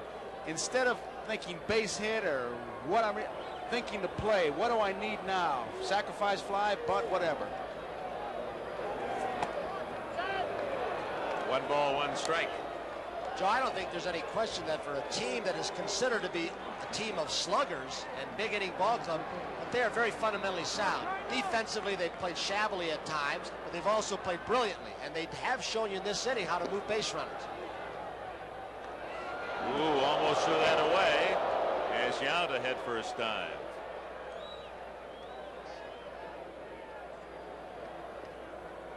Andujar for about 4 innings looked almost untouchable the way they were swinging late, but they seem to have caught up to his fastball now. Slider makes it 1-2. 2 runs are in to break the tie in the Milwaukee 6th inning. Gantner led it off with a double through the gap in right center. Molitor safe on a bunt single and moved to second as Gantner scored on Andujar's throwing error to make it 2-1. Sacrifice fly by Cooper got the other run in. Hernandez won there and not in time at first base. Simmons not a good runner, just does outleg the relay. We're seeing 2 first basemen. I can think of Eddie Murray of the Baltimore Orioles, who really excel at getting the lead runner. Watch him. He's not even thinking stepping on first. He wants to get the lead man, get the speedy man off the base, and the acrobat, Ozzie Smith, gets the throw off. You're also seeing 2 aggressive plays. I mean, neither one satisfied with just the easy way of Hernandez tagging first base or Ozzie Smith holding the ball. He threw it submarine, underhand, and almost made the play. Whitey Herzog checking Ben Ogilvy, who tied the game with his solo homer in the 5th inning. And up now with 2 outs, Simmons at first.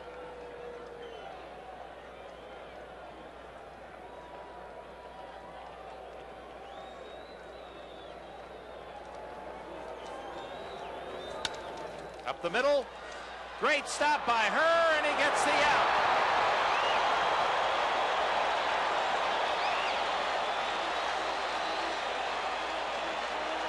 Well, the rally stoppers for both teams, but primarily for the Cardinals.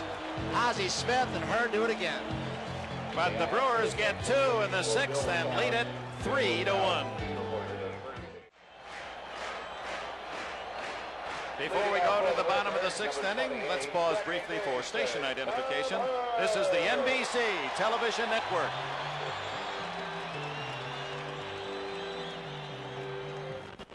Current temperature 43 degrees. We're in the bottom of the 6th inning of the final game of this 82 World Series. The Brewers have broken the tie with 2 in the top half of the inning.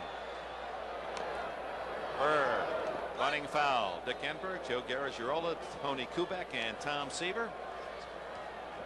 We're in the last of the 6th. The Cardinals jumped in front in the 4th inning with a runoff starter, Pete Vukovich, who's been in trouble in most every inning. Singles by McGee and Herr, and an infield hit by Lonnie Smith scored the Cardinal run. Ben Ogilvy's homer tied it in the 5th, and then 2 runs in the 6th inning to go ahead 3-1. He was hollering, "Watch the line, watch the line." 1-1. If you're a batter, Tony, you have to look for an off-speed pitch if he hollers that, but then you can't really believe that fella, can you? Yeah. Herr, a walk and a hit. 2-1 the count. Well, he started off ahead very quickly. He's now thrown 2 in a row. The Cardinals have stranded 9 base runners. Vukovich pitching like he has over the last couple of years, the best record in the American League. Get behind and somehow get him out. 2-1. On the corner with another change, 2-2. And a reminder, Vukovich has a whole pitching staff support, including 2-game winner in this series, Mike Caldwell, if Harvey Kuehn should elect to use him in relief. He's ready. Nub to the left side, Molitor to Cooper. 1 away. Number 1, shortstop, Ozzie Smith.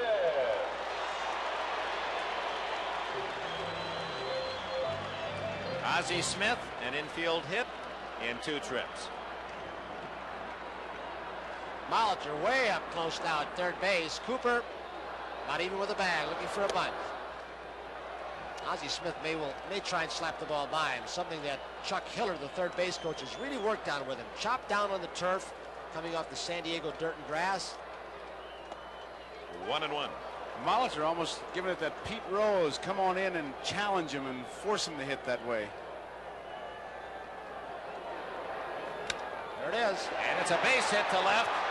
Ogilvie cutting it off at the line, and Smith will hold with a long single. Little piece of play set. He was trying to slap the ball that way. He gets a line drive. They certainly had a position perfectly, didn't they, Dick? Because Ogilvie right near the line prevents the double. 9 hits for the Cardinals, all singles. He's aiming that way to get it by Molitor.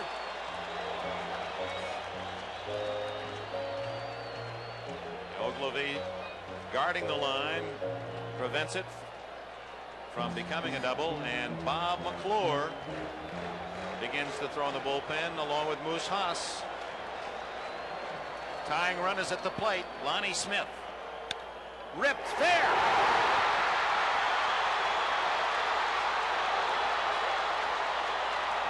So the Smith brothers, Ozzie and Lonnie, are in scoring position.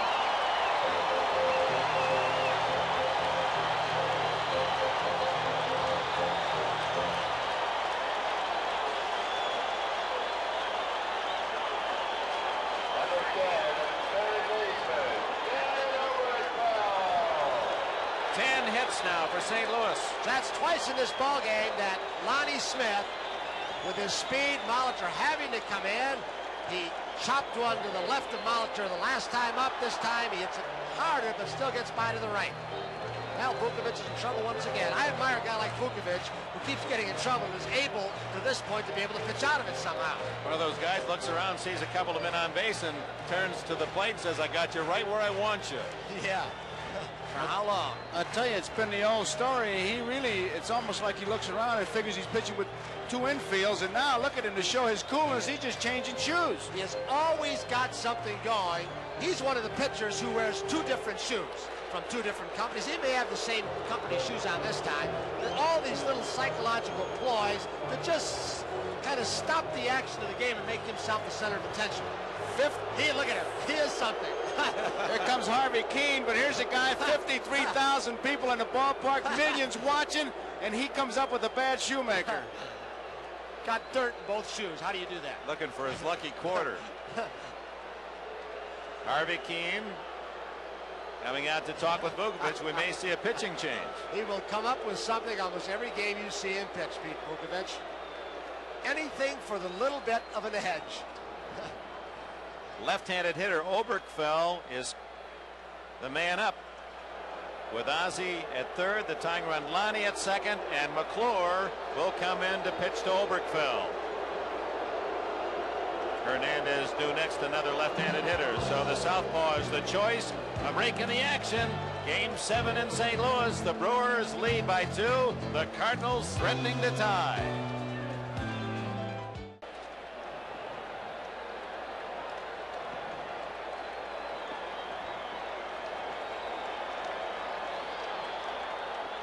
Gene Tennis batting for Oberkfell, and McClure's first pitch is ball 1. Tennis 0 for 6 in the series, and the most valuable player back in 1972 when he hit 4 home runs for Oakland in their victory over the Cincinnati Reds. The infield is playing back. They'll give up a run for an out. 3-1. The Brewers lead. 1 out. Runners at second and third. McClure against Tennis.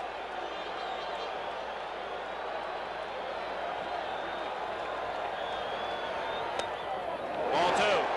McClure appearing in his 5th game of this series. Lost game 2. His run being the one when the man who relieved him walked in the winning run, Ladd. And he has 2 saves in the game, saving games 4 and 5. In that ball game, McClure lost his former high school teammate Hernandez with a walk. That led to trouble. Tennis 2-0. Chance to tie it with 1 swing. Takes a curveball strike. 2-1. Single would tie it with Lonnie at third and Ozzie at second.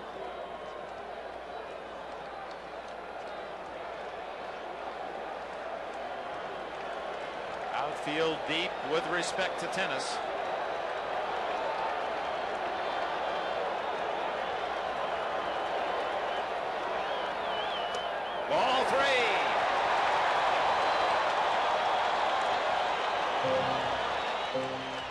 And Herzog can make a move like this. There's Hernandez on deck. And taking Oberkfell, who's had a good series, out because he's got Ramsey, who's played so well defensively. And Ramsey, if tennis gets on, may go into pinch run. First base open. 3 balls and a strike. And he misses inside. The bases are loaded.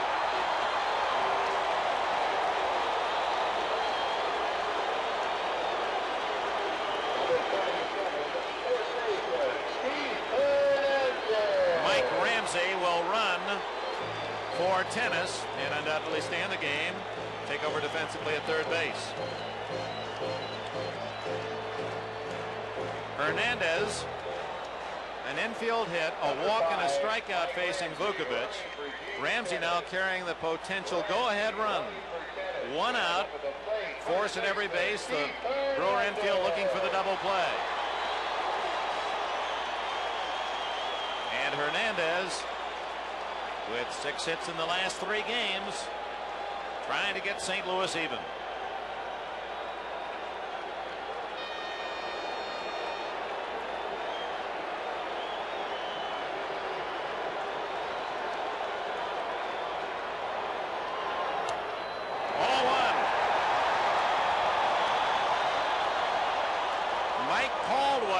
Starting to warm up in the Milwaukee bullpen, joining Moose Haas. So 2 starting pitchers. Haas, who started game 4. Caldwell, who has 2 starts and 2 wins in this World Series, getting ready. 1-0. Big curveball. 1-1.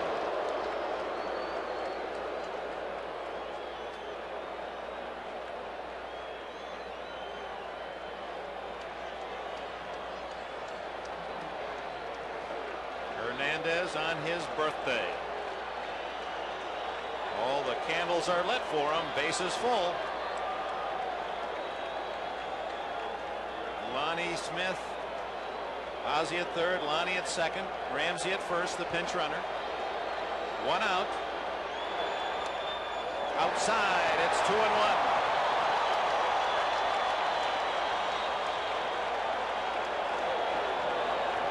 Oh, the action pitch, 2 balls and a strike. McClure wants to throw a strike, and you know Hernandez is ready to swing, and the bases are full.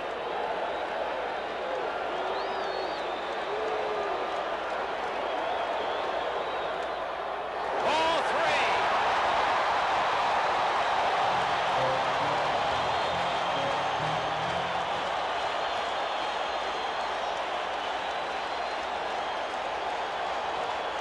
The Cardinals have already won a game in this series, game 2 on a bases loaded walk.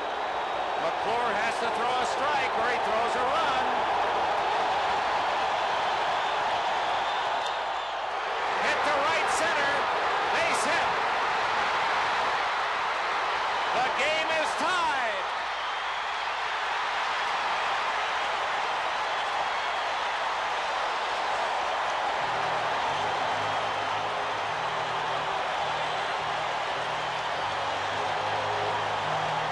Memorable moment in World Series, a dramatic confrontation, but also a very emotional one. 2 former high school teammates, McClure and Hernandez, facing each other. 2 RBIs by Hernandez.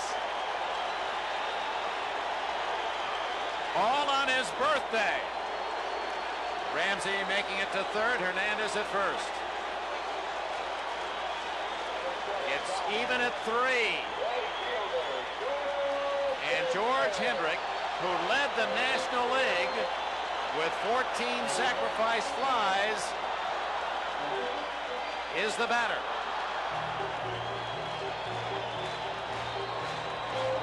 There have been a lot of, I don't know if they're coins or what they are, thrown out onto the field with the umpires and some of the attendants picking things up.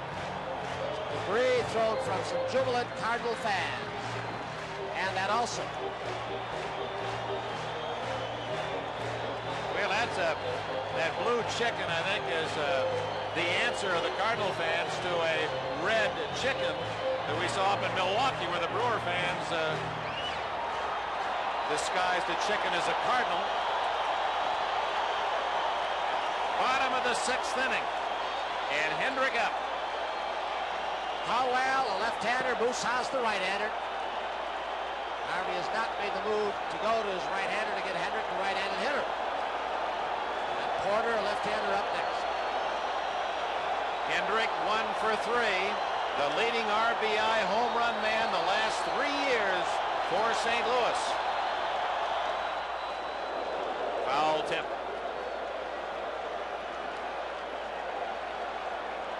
Ramsey, tiebreaker at third.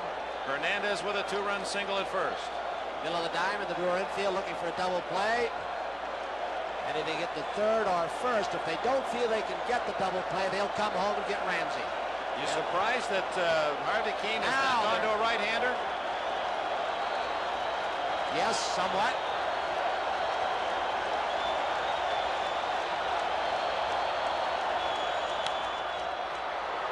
Lays at the plate, foul ball, no play. So that's a break for the Cardinals because Ramsey was surely out. Although McClure got him a big double play. One game with McGee at the bat from the right side. A double play turned by Gantner.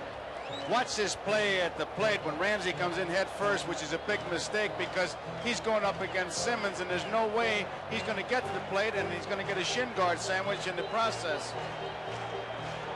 That's very dangerous. Catchers love to see those guys come in head first. Hi there. Would you say that Simmons had the plate blocked adequately? Not a chance. Couldn't get in there unless he had a subpoena. It was a foul ball, and Simmons is arguing about it with Lee Wire. They need the sacrifice fly to break the tie of these Cardinals. McClure with a good sinker. He also has a very good hard slider they'd like to throw down and in for a strikeout in this situation. See what Simmons calls. Going away. 1-2. That may be the pitch to set up the slider down and in. He was using that to set up his pitch of decision. Whether it's this one or the 2-2, you would think it'd be here.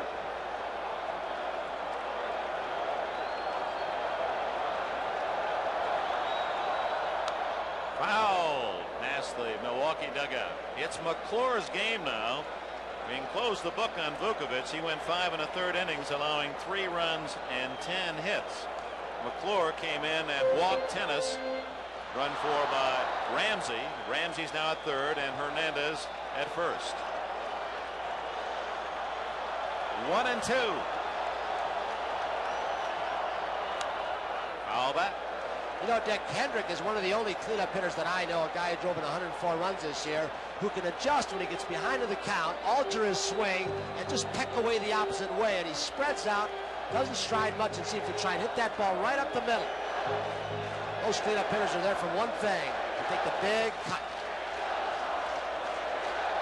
Infield back. Lined into right field.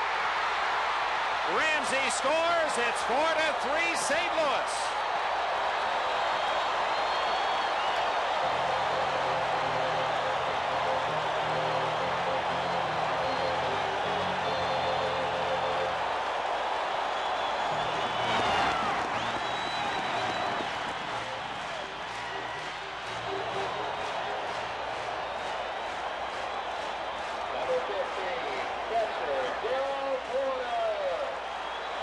George Hendrick has done it both ways so far tonight. A great throw from right field to take the Brewers out of a first and third situation when he gunned out Robin Yount at third. And now a base hit when he's behind in the count to drive home the tie-breaking run. Still only 1 out. Tom Seaver.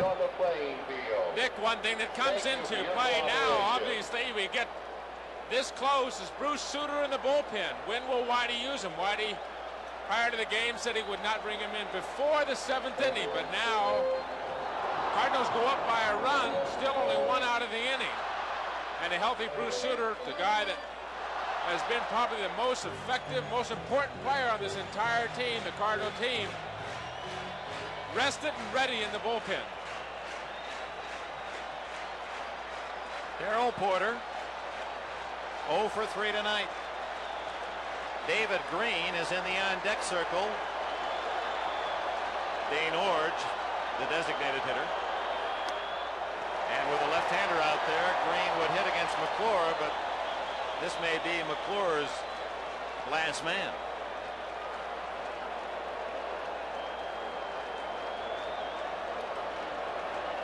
McClure has given up a walk to Tennis and singles by Hernandez and Hendrick. Breaking ball in there, 1-1. Hernandez at second with a 2-run single. Hendrick at first with an RBI single that has given St. Louis a 4-3 lead. Not just because it's game 7, but this has been the most dramatic of the 7 series games between these two clubs.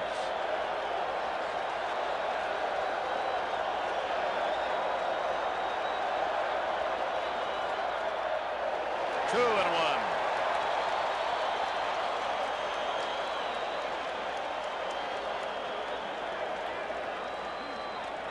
And I guess one of the questions, if this stands up in the post-game conference to Hardy, is, did you consider going to a right-hander to get Hendrick and then coming in with a left-hander Caldwell? Ball 3-1.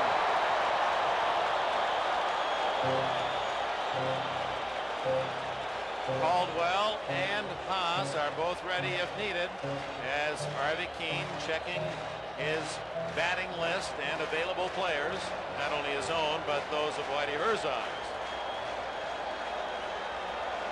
Last of the 6th, the Cardinals have scored 3 to move ahead 4-3. Only 1 out.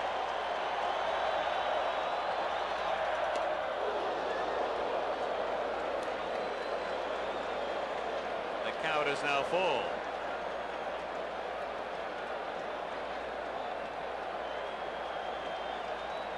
Directly over Busch Stadium. Shot from the blimp. The geometry of baseball. 2 on, 1 out, 3-2 the count.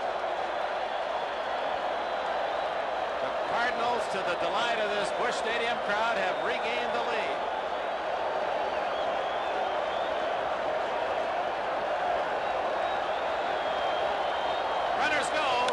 It's hit deep, but hooking foul. That's the same kind of confidence that Whitey Herzog showed in Porter earlier in this series when he started Hendricks. The 1-ball, 2 strikeouts. He knows Porter's been swinging a pretty good bat, though. MVP in the National League Championship Series. When you got a guy going who's hot, you can start some runners.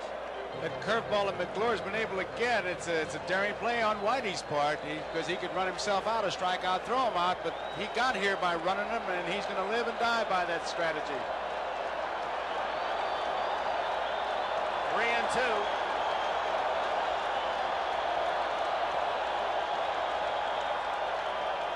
Runners did not go, and Jan wasn't covering, and McClure just flipped the ball off to shortstop. He didn't have to throw it at all.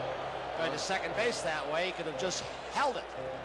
Robin Yount starts breaking over. That ball's rolling out in the outfield.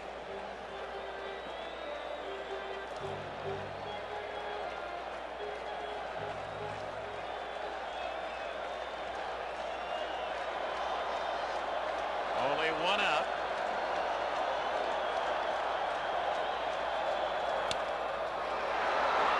Gander gets 1 there. Yount to first, not in time. The inning is still alive. Hendrick erased on the 4-6 play at second. Hernandez moving on to third. Not hit very hard, and Porter from the left side surprisingly had an excellent jump out of the batter's box. Hitting for designated hitter Gaylord, number 22, David Green. Here comes Harvey Keene. As soon as David Green was introduced as the pinch hitter for Dane Orge, Keene made his move up the steps and undoubtedly going to bring in Moose Haas, the right-hander, to pitch to the right-handed hitting Green. Runners at first and third, 2 out in this 6th inning. With 1 out, Ozzie Smith single to left. Lonnie Smith double down the left field line. Exit Vukovic, enter McClure. A walk to the pinch hitter Tennis, then a 2-run single by Hernandez to tie it. Hendrick giving them the lead. St. Louis the lead with his single.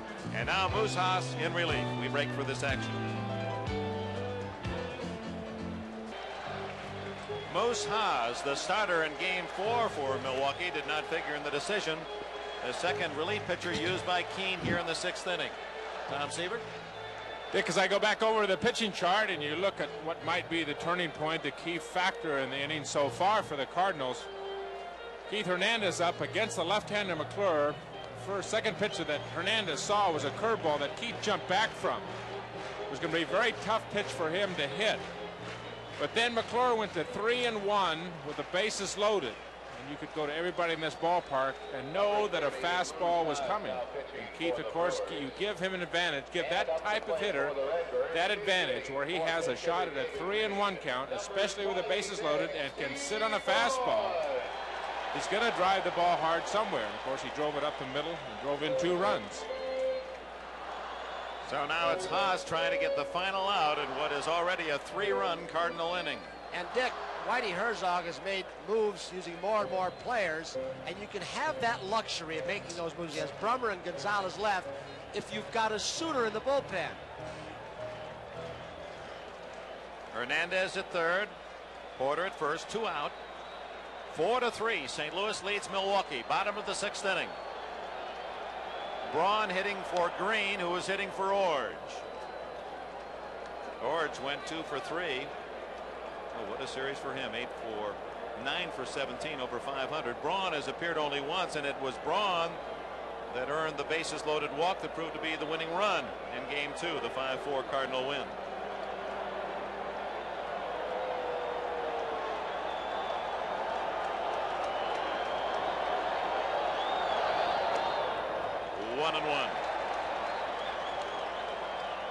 Haas, the man who pitched so brilliantly against the California Angels, went into the 6th inning pitching no-hit baseball, League Championship Series. Good fastball, tough slider when he's on the top, and a split-fingered forkball like Suter. Strike, and it's 1-2. Peter Ladd has joined Mike Caldwell in the Milwaukee bullpen.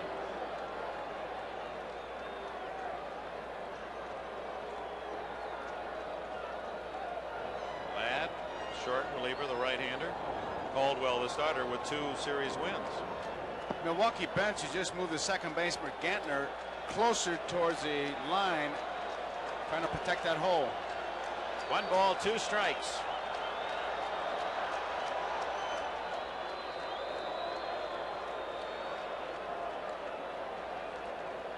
Back with Porter on first base, the left-hander up. The chances of Porter stealing are not very good. I'm surprised that Cecil Cooper isn't playing a little bit behind him with 2 outs. Take a little bit more of that gap away.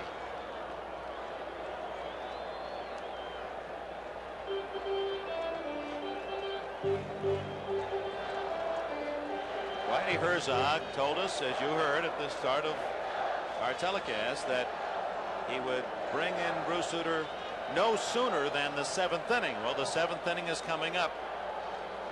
No activity in the Cardinal bullpen. Broken bat.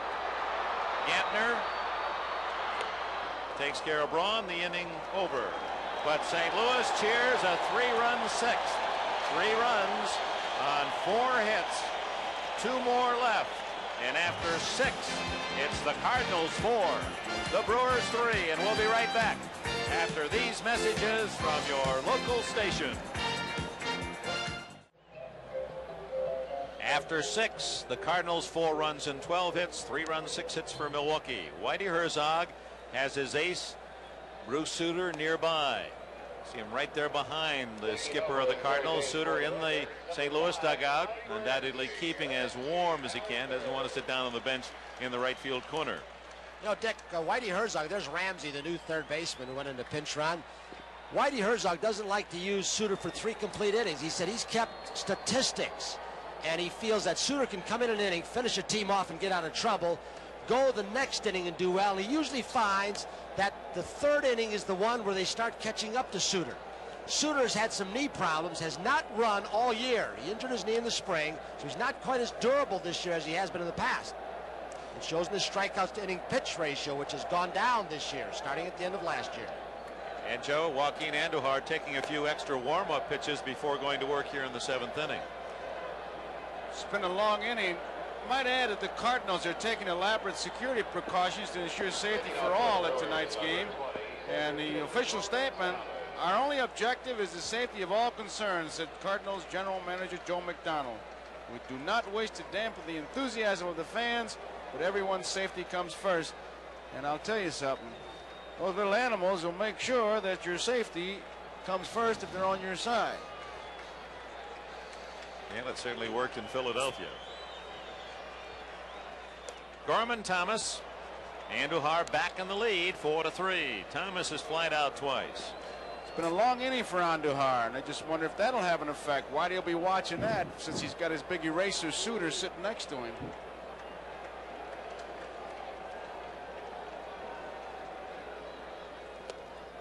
Twice as many hits for St. Louis, 12-6, but only one more run, as the Cardinals have left 11 men on base in 6 innings. Milwaukee just 2, and you might recall in Game 5 when the Cardinals threw a bunch of hits on the board, they stranded 12 in that game.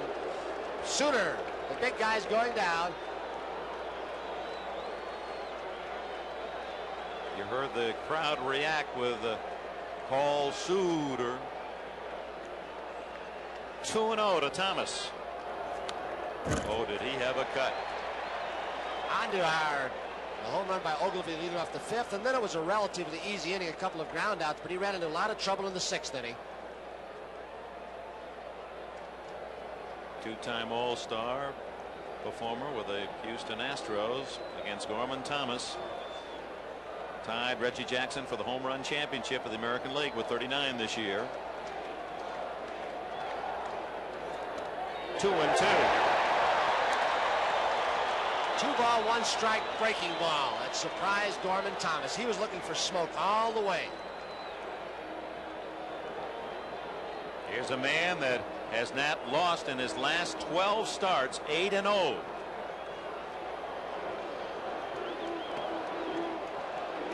Two balls, 2 strikes. Outside as he crossfired him with a breaking ball. On deck is Roy Howell with Charlie Moore in the hole.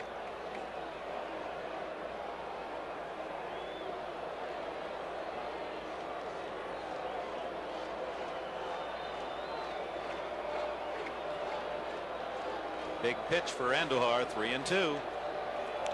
Foul tip. Thomas just getting a piece of that breaking ball.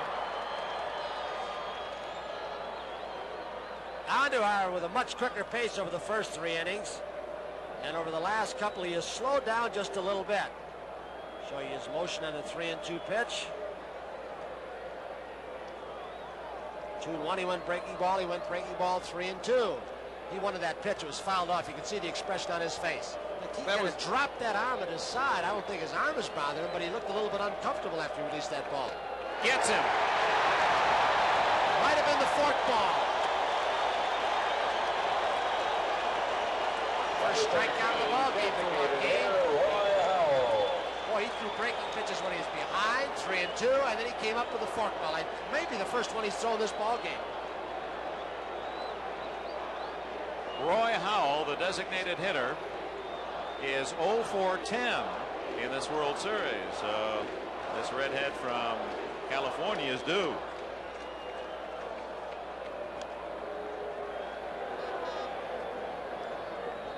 Cardinals scored first in the 4th. Ogilvy's homer tied it in the 5th. 6th inning was the big inning as the Brewers got 2, but Cardinals came back to score 3. Fly to left field and hit well. Lonnie Smith makes the catch.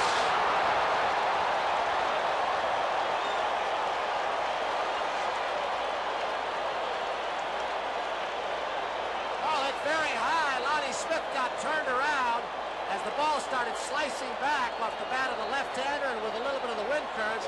What a fantastic recovery he made, going headfirst into the wall. He did one thing right, and that's the only thing that counts, and that is catch the ball. He broke wrong, he turned wrong, he staggered, but he stayed with it and made a tremendous play. He couldn't have stretched any farther. And enough leather to take an extra base hit away from Howell. There's 2 out. Charlie Moore, ball 1. Moore has grounded both times to second. Now Bruce Suter is going to get up. He removed his jacket very quickly, and he has begun to throw.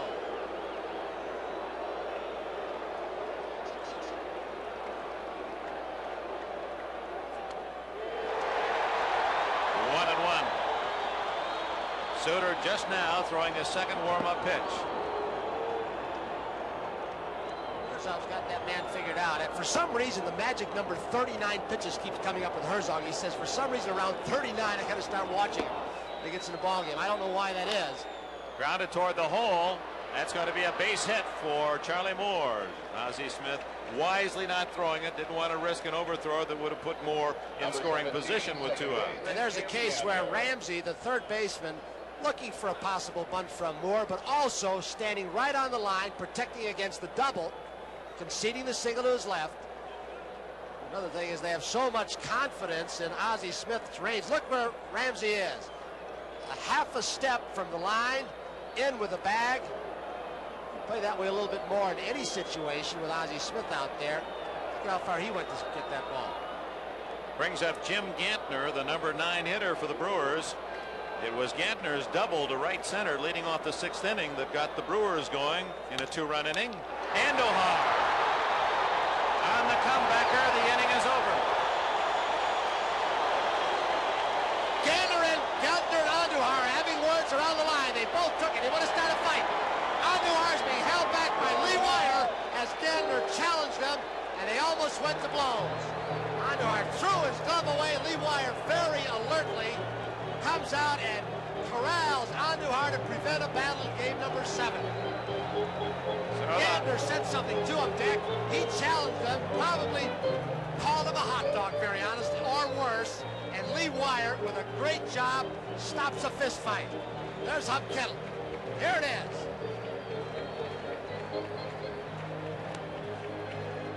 I would bet that Gantner's words were, "You hot dog," because Andujar's a habit. When he retires a hitter, he'll shoot him down with his fingers and then blow the smoke away. Lanier there, but Lee Wire very alert. So the Brewer 7th inning comes to a fiery end. The Cardinals lead at the stretch half of the 7th by 1. Yeah.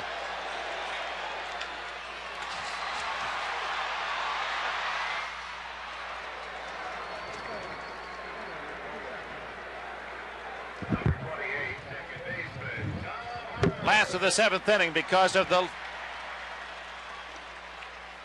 last of the 7th inning, and because of the skirmish or near skirmish at the end of the top half of the inning. A little late getting to the commercial, so one batter, Willie McGee, swinging at the first pitch, has grounded to second. 1 out, last of the 7th, 4-3 St. Louis. Here's Joe Garagiola. Okay, Dick. Tommy Herr is the batter, and Tom Seaver had noted that Whitey Herzog is pointed to Suter already. After the skirmish, Joe, coming off with Joaquin Andujar, Whitey pointed down to the bullpen and said that Bruce Suter was indeed in the game. He wasn't going to take a chance of sending Andujar back out to the mound when his emotional level was at a peak. Of course, Bruce Suter just needs a 6 out, so Bruce will be in the ballgame. He is in from the bullpen, as you see already. 1 strike to count. Line drive. Robin Yount has it. There are 2 outs. Number 1, shortstop. 2 outs. The man who has helped curb the temper of Joaquin Andujar, Hub Kettle, who has tried to keep his emotional level on more of an even keel, wasn't out there to stop this exchange between Gantner, who I think really triggered it. And Ozzie Smith is there, but he's not getting between 2 of the big guys. It's Lee Wire who really stopped it. Ozzie Smith, ball 1. I'm sure any umpire could have taken charge, but Lee Wire, who could rent that back out as a billboard, a big-sized guy, really broke it up in a hurry and took charge. 1 ball, 1 strike, 2 outs, nobody on. We're in the bottom of the 7th inning. The Cardinals 4 and Milwaukee 3. And Joe, that's something like a good player, a good umpire. There's Andujar. He has to sense. He has to see it coming before it occurs, and Wire did. 1 ball, 2 strikes. Boy, you have to get excited in anticipation of what's coming up in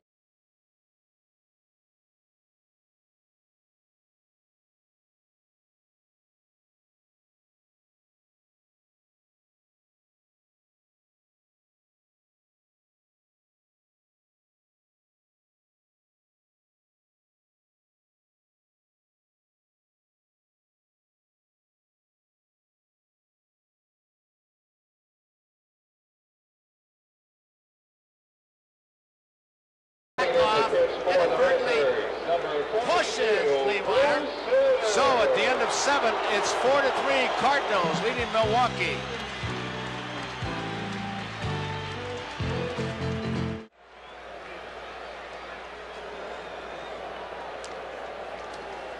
Bruce Sutter will be facing Paul Molitor, Robin Yount, and Cecil Cooper. Top of the 8th inning, Cardinals 4, Milwaukee 3. Molitor bunts it foul. Strike 1. Ramsey at third base is guarding the line. There you see him. As Hernandez will be on the other side of the diamond. Take the double away. Bruce Sutter, postseason record. He's the man that Whitey Herzog just didn't hesitate. He went right to him. He's got to nail it down for him. Listen to the crowd.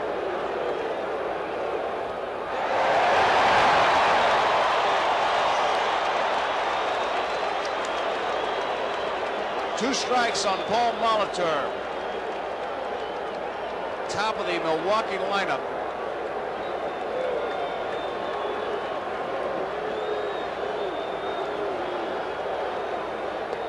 Ball 1. 1 ball, 2 strikes. And Sutter, so used to pitching off the stretch with nobody on, here in the 8th inning is still working off the stretch.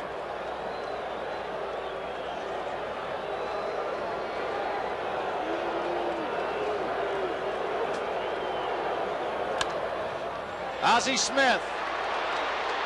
1 out.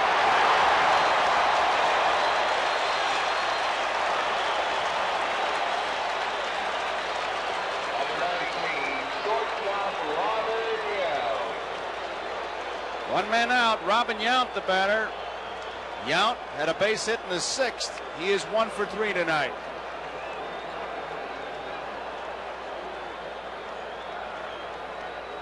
Yount, a pretty good low ball hitter, as is Cooper, the man to follow. To get those arms out. Sutter try and keep that split-fingered fastball low. A strike on Robin Yount. A lot of room in right center field, and they're moving Willie McGee over now. He was way over to left center. Yount hits a lot of balls to right center, even some down the line. We've seen that in this series.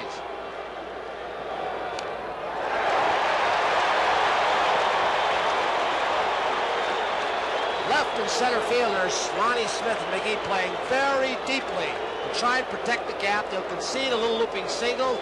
Line drive in front, but take away the double in the alleys. 2 strikes to count. 53,723, and right now they're chanting Bruce, Bruce.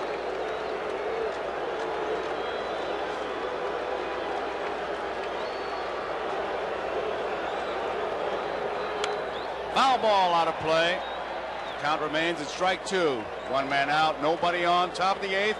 Cardinals 4, Milwaukee 3. 7th game of the World Series. The on-deck batter, Cecil Cooper. Remember, Cooper homered off Sutter in Milwaukee.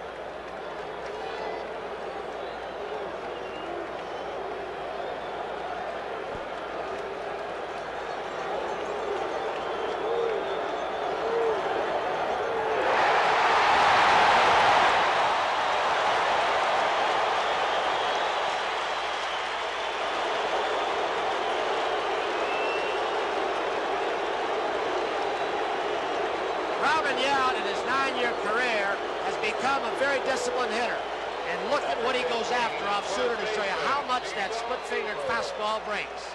Or, as Mike Marshall calls it, a one-finger screwball. Here is Cecil Cooper. We've just got the official word as to what happened between Gentner and Andujar. And as Tony said, and called it right on the nose, Gentner had called Andujar a hot dog, and that started it.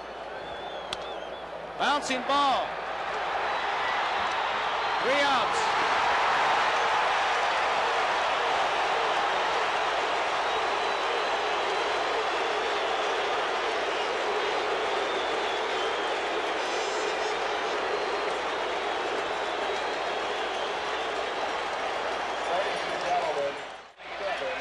Bottom of the 8th inning. Lonnie Smith will lead it off.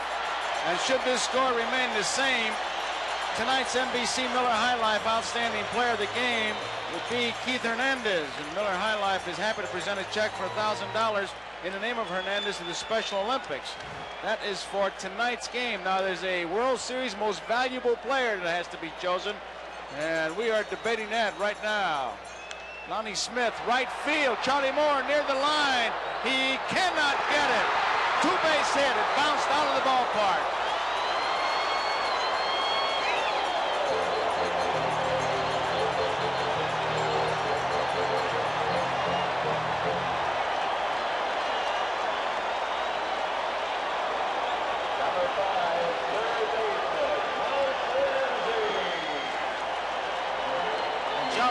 Smith running, that had a possibility of being a triple. That ball ricocheted around the wall. Ramsey right now. Well, if he's trying to set up for the bunt, probably. Ramsey, Simmons talking to his pitcher. He knows Ramsey. They have to get him over to third base to try to pick it up with the sacrifice fly. This crowd is really reacting. Bottom of the eighth. Nobody out. Lonnie Smith at second. There you see the defense.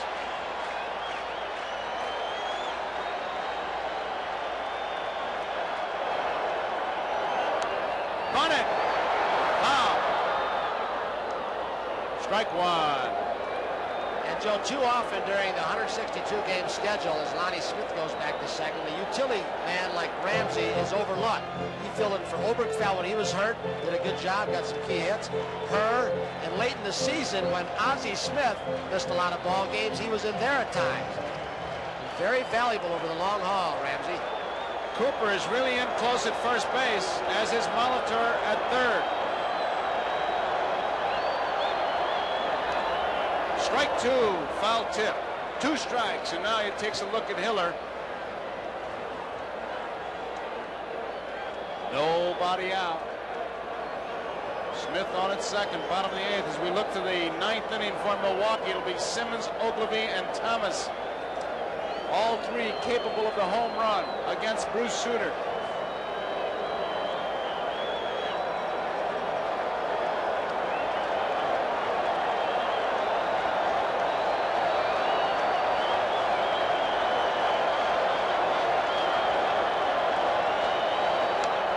Foul ball.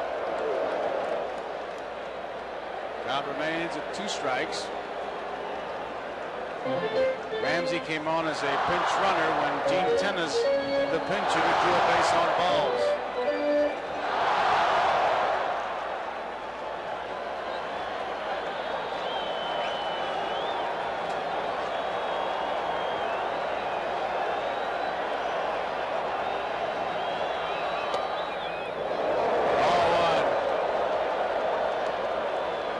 Moose Haas wanted an American League strike right there. It's a little bit up in the strike zone. 1 ball, 2 strikes. Harry Warner trying to get Ogilvie in left field to move in closer. With Smith at second base.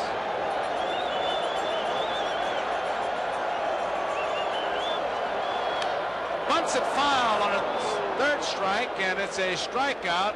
Ramsey out on strikes. Number 37. And it brings up Keith Hernandez. He might have done that on his own. Pitch before that was thrown so hard, maybe did not feel he could pull the ball. So he said, well, I'll take it upon myself. He's out. I'm going to give him a walk. See Harvey Keene motioning 4 fingers to put him on to set up the double play. George Hendrick is the on-deck batter, and Hernandez will draw the intentional walk.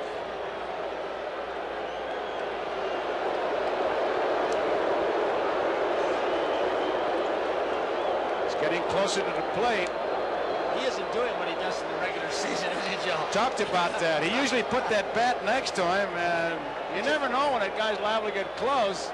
He's moved up on the plate. He usually puts it straight down, stands very nonchalantly in the batter's box.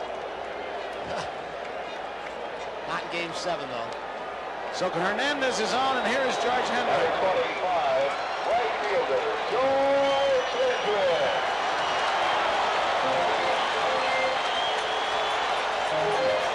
Man who did a great piece of hitting the last time up. 1 ball, 2 strikes and drilled the ball in the hole between second and first. One man out. Lonnie Smith is on at second base. Hernandez is on at first. 4-3. We're in the bottom of the eighth. St. Louis leading.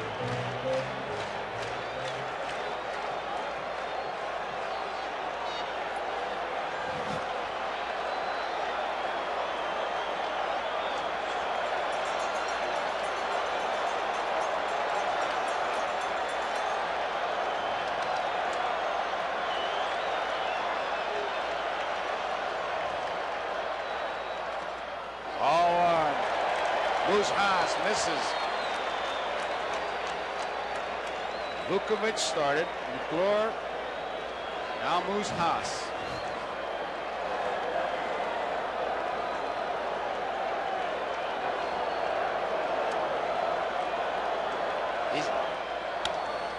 High fly ball. Short center field. Gorman Thomas waiting for it. Makes the play. So there are 2 outs. Say, Lonnie Smith had an idea on that last one. Robin Yount was decoying him, and Lonnie had an idea of going and trying to steal third. Here comes Harvey Keene out of the Milwaukee dugout. He's got Porter, a left-hander, coming up, and then Braun in the DH slot, another left-hander. And there's Caldwell. He's been loosening up. Along with Ladd, a right-hander.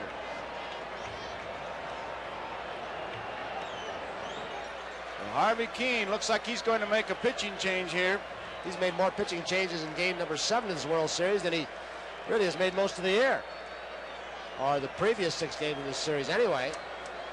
One of the things he said when he took over, I don't like to make that long trip to the mound.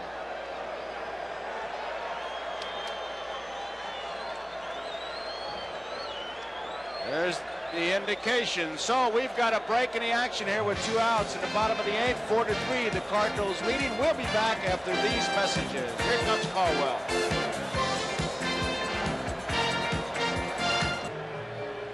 Mike Caldwell is the new pitcher here in the bottom of the 8th inning.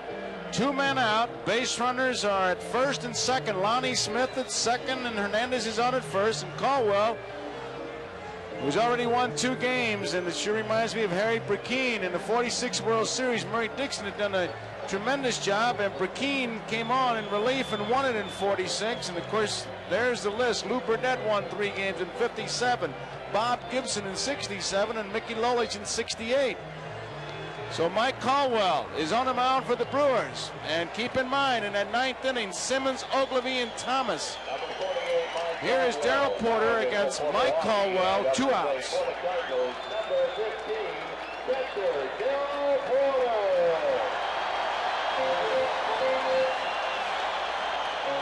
They have really swung around for Porter in the outfield. The center fielder, Gorman Thomas. Look at your picture where Gorman Thomas is. Look at the room in center field. That's a great shot. You can almost ground a single up the middle that would roll all the way to the center field fence. Robin Yount was out of position as the pitch was delivered. Caldwell got it inside to Porter. While I got a chance here, maybe it is self-serving, but we've had some great pictures, and Michael Weissman, George Finkel, our producers, Harry Coyle, and all the camera crew. Great job, guys.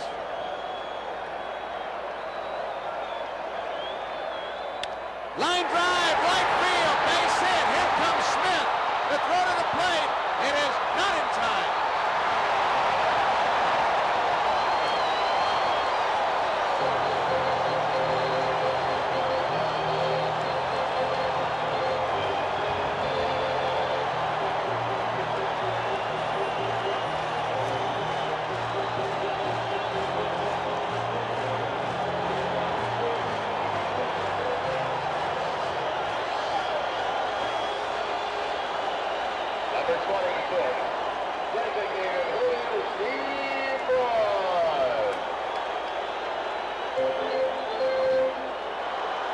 So it's a 5-3 ball game, and here is Steve Braun. 2 men out. Hernandez is on at third. Porter's on at first. Strike 1. Darrell Porter, a big base hit. One strike on Steve Braun. A foul ball, strike two. Tony Kubek has made his way to the clubhouse, and at this point he doesn't know which one, but it is such a mad rush to get down there after the game that Tony has gone down.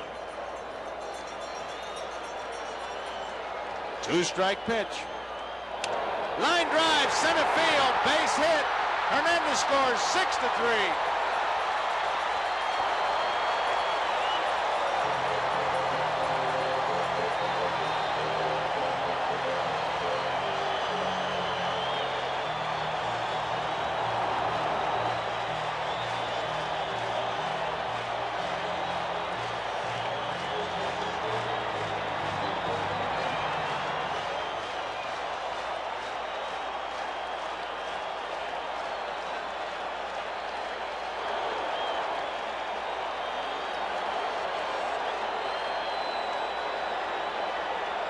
Yeah, they're beginning to celebrate, Joe, and they're trying to make it easy for Bruce Sutter. 6-3 to score. The Cardinals leading Milwaukee. Here's Willie McGee. There are 2 outs. Porter's at second. Braun is at first. Bouncing ball to Gantner. Should end the inning. It does. So the Cardinals scored 2. And as we complete 8 innings, the score here, St. Louis 6, Milwaukee 3. And the important man for Milwaukee in the 9th inning, as they face Bruce Sutter, it's Ted Simmons, Ben Oglivie, and Gorman Thomas.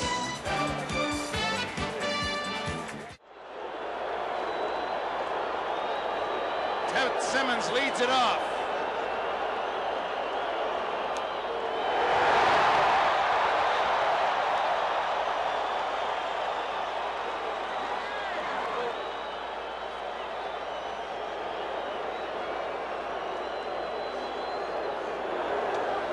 One and one the count.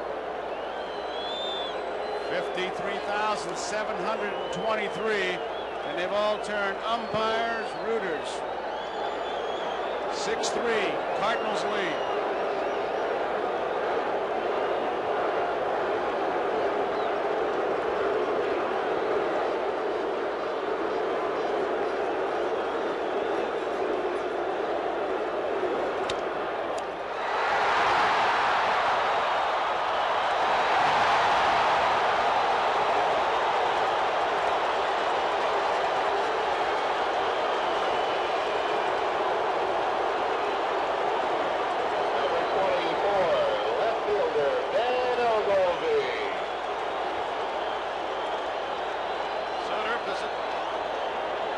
Position.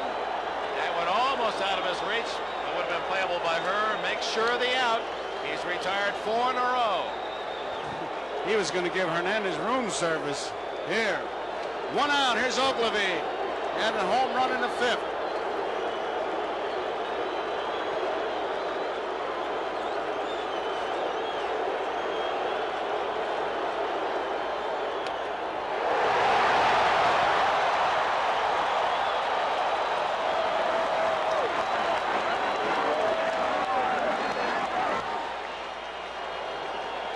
One strike, 1 out, nobody on. All chanting Sutter, Suit.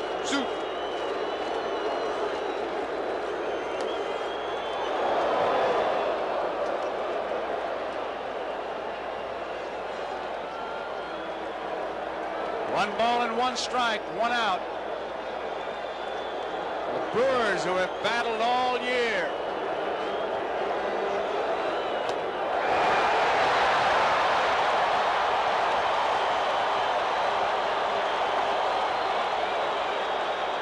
One ball, 2 strikes.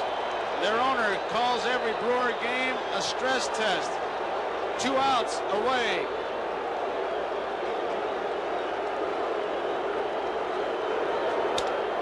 This could be 2nd out. It is.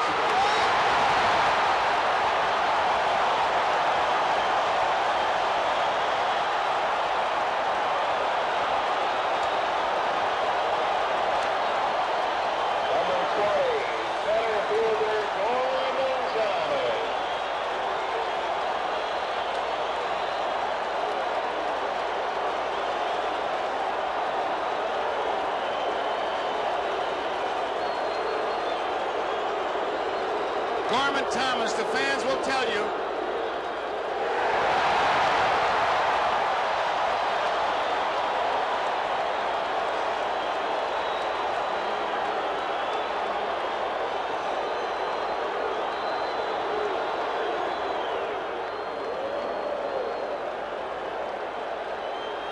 One ball, one strike to count. 6-3 to score. 2 outs in the ninth.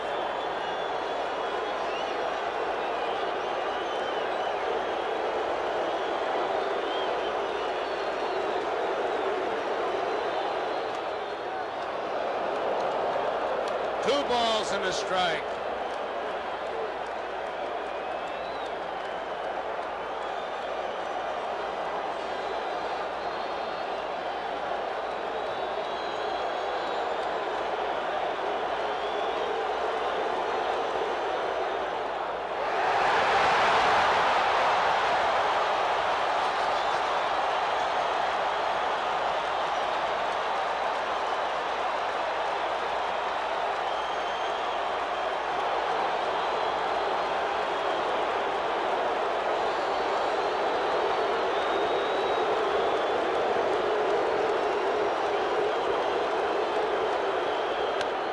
Foul ball.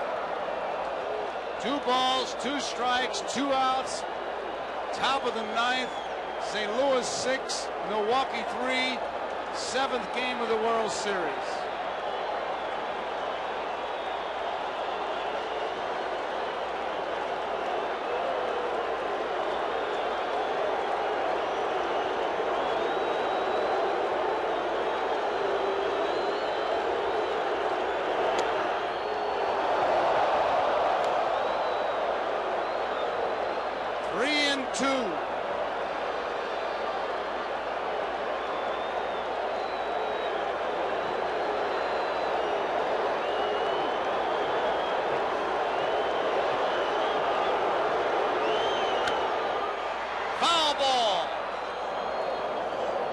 Count remains 3 balls, 2 strikes, 2 outs.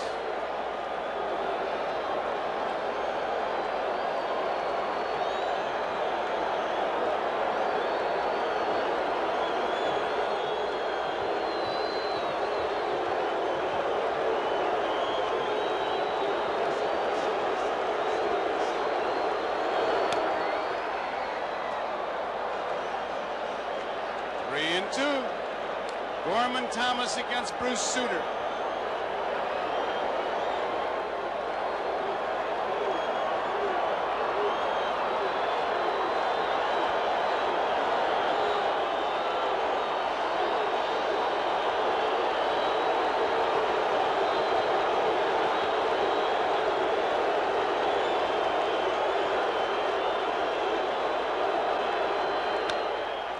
Foul ball. And the drama continues.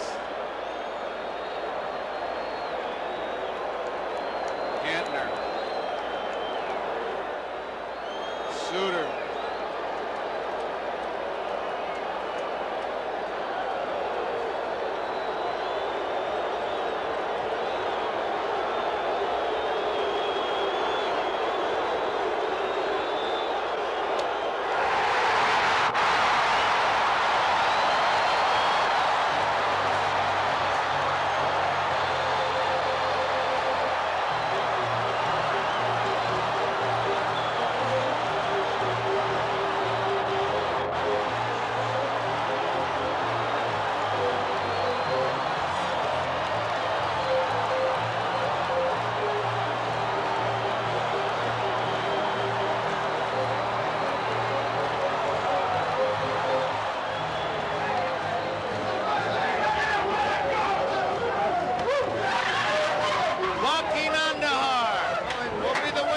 As the Cardinals defeat the Milwaukee Brewers by the score of 6-3 here in the 7th game.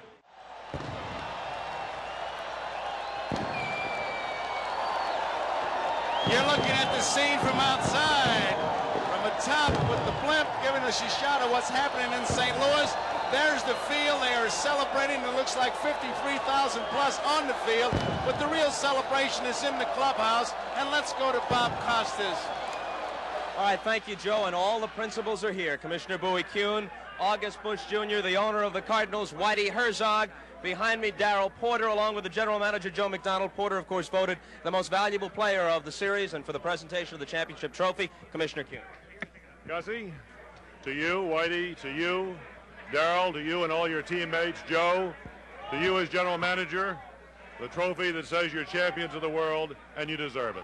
Thank you, boy. Thank you very much, my friend. That's marvelous. Whitey? Well, I just don't know what to say. It's just hit me kind of quick here, and we're very happy about it, and just so we could bring a world championship to St. Louis, and for the greatest guy in the world, Mr. Bush. You got it down to a situation where it was a one-run game, and Bruce Sutter came in. If you had a master plan a couple of years ago, you couldn't have asked for more than that. Well, Joaquin did a great job. He hadn't been able to run in 5 days. He went out and gave us 7 good innings, and I wanted to get to Bruce Sutter in the 8th and 9th, and because he went out there with a lot of guts, that we were able to do it. It wasn't supposed to go this way, Whitey, on form, but you had to come from behind to win a couple of games. Well, we did, and our ball club never quit all year. We came out last night smoking with a rookie pitching. He did a great job. And tonight, they jumped out 3-1 on us, and we came right back and got some runs. But it's a credit to the whole ball club. Congratulations, Whitey. Thank you, Bobby. Darrell Porter, the most valuable player of this World Series. Darrell, congratulations on being named MVP after a tough regular season. You really broke loose in the playoffs and World Series. Well, I did okay. It was fun. I'll tell you, it was the most fun I've had playing baseball in my whole career. No question about it. It's a great feeling. Was it even fun in the 7th game, trailing 3-1, or was the tension a bit much then? No, it was pretty much fun right there, too. I tell you, it was just exciting. I mean, it's the way the series win, and I didn't like the situation right there, but we got some people that can play this game, and you know, we weren't afraid anyway. We felt like we had a good chance to come back. We had 4 innings left. Congratulations on being named MVP. Thanks. That's just so wonderful. I can't believe it. We're coming back down to this happy Cardinal clubhouse in a few moments, but right now, back upstairs to Joe Garagiola. Joe? Okay, Bob Costas. Well, Whitey Herzog said his club didn't quit, and you can say that for the Milwaukee Brewers. They didn't quit either. 7th game, the Cardinals, the world's champions. The final score, St. Louis 6 and Milwaukee 3.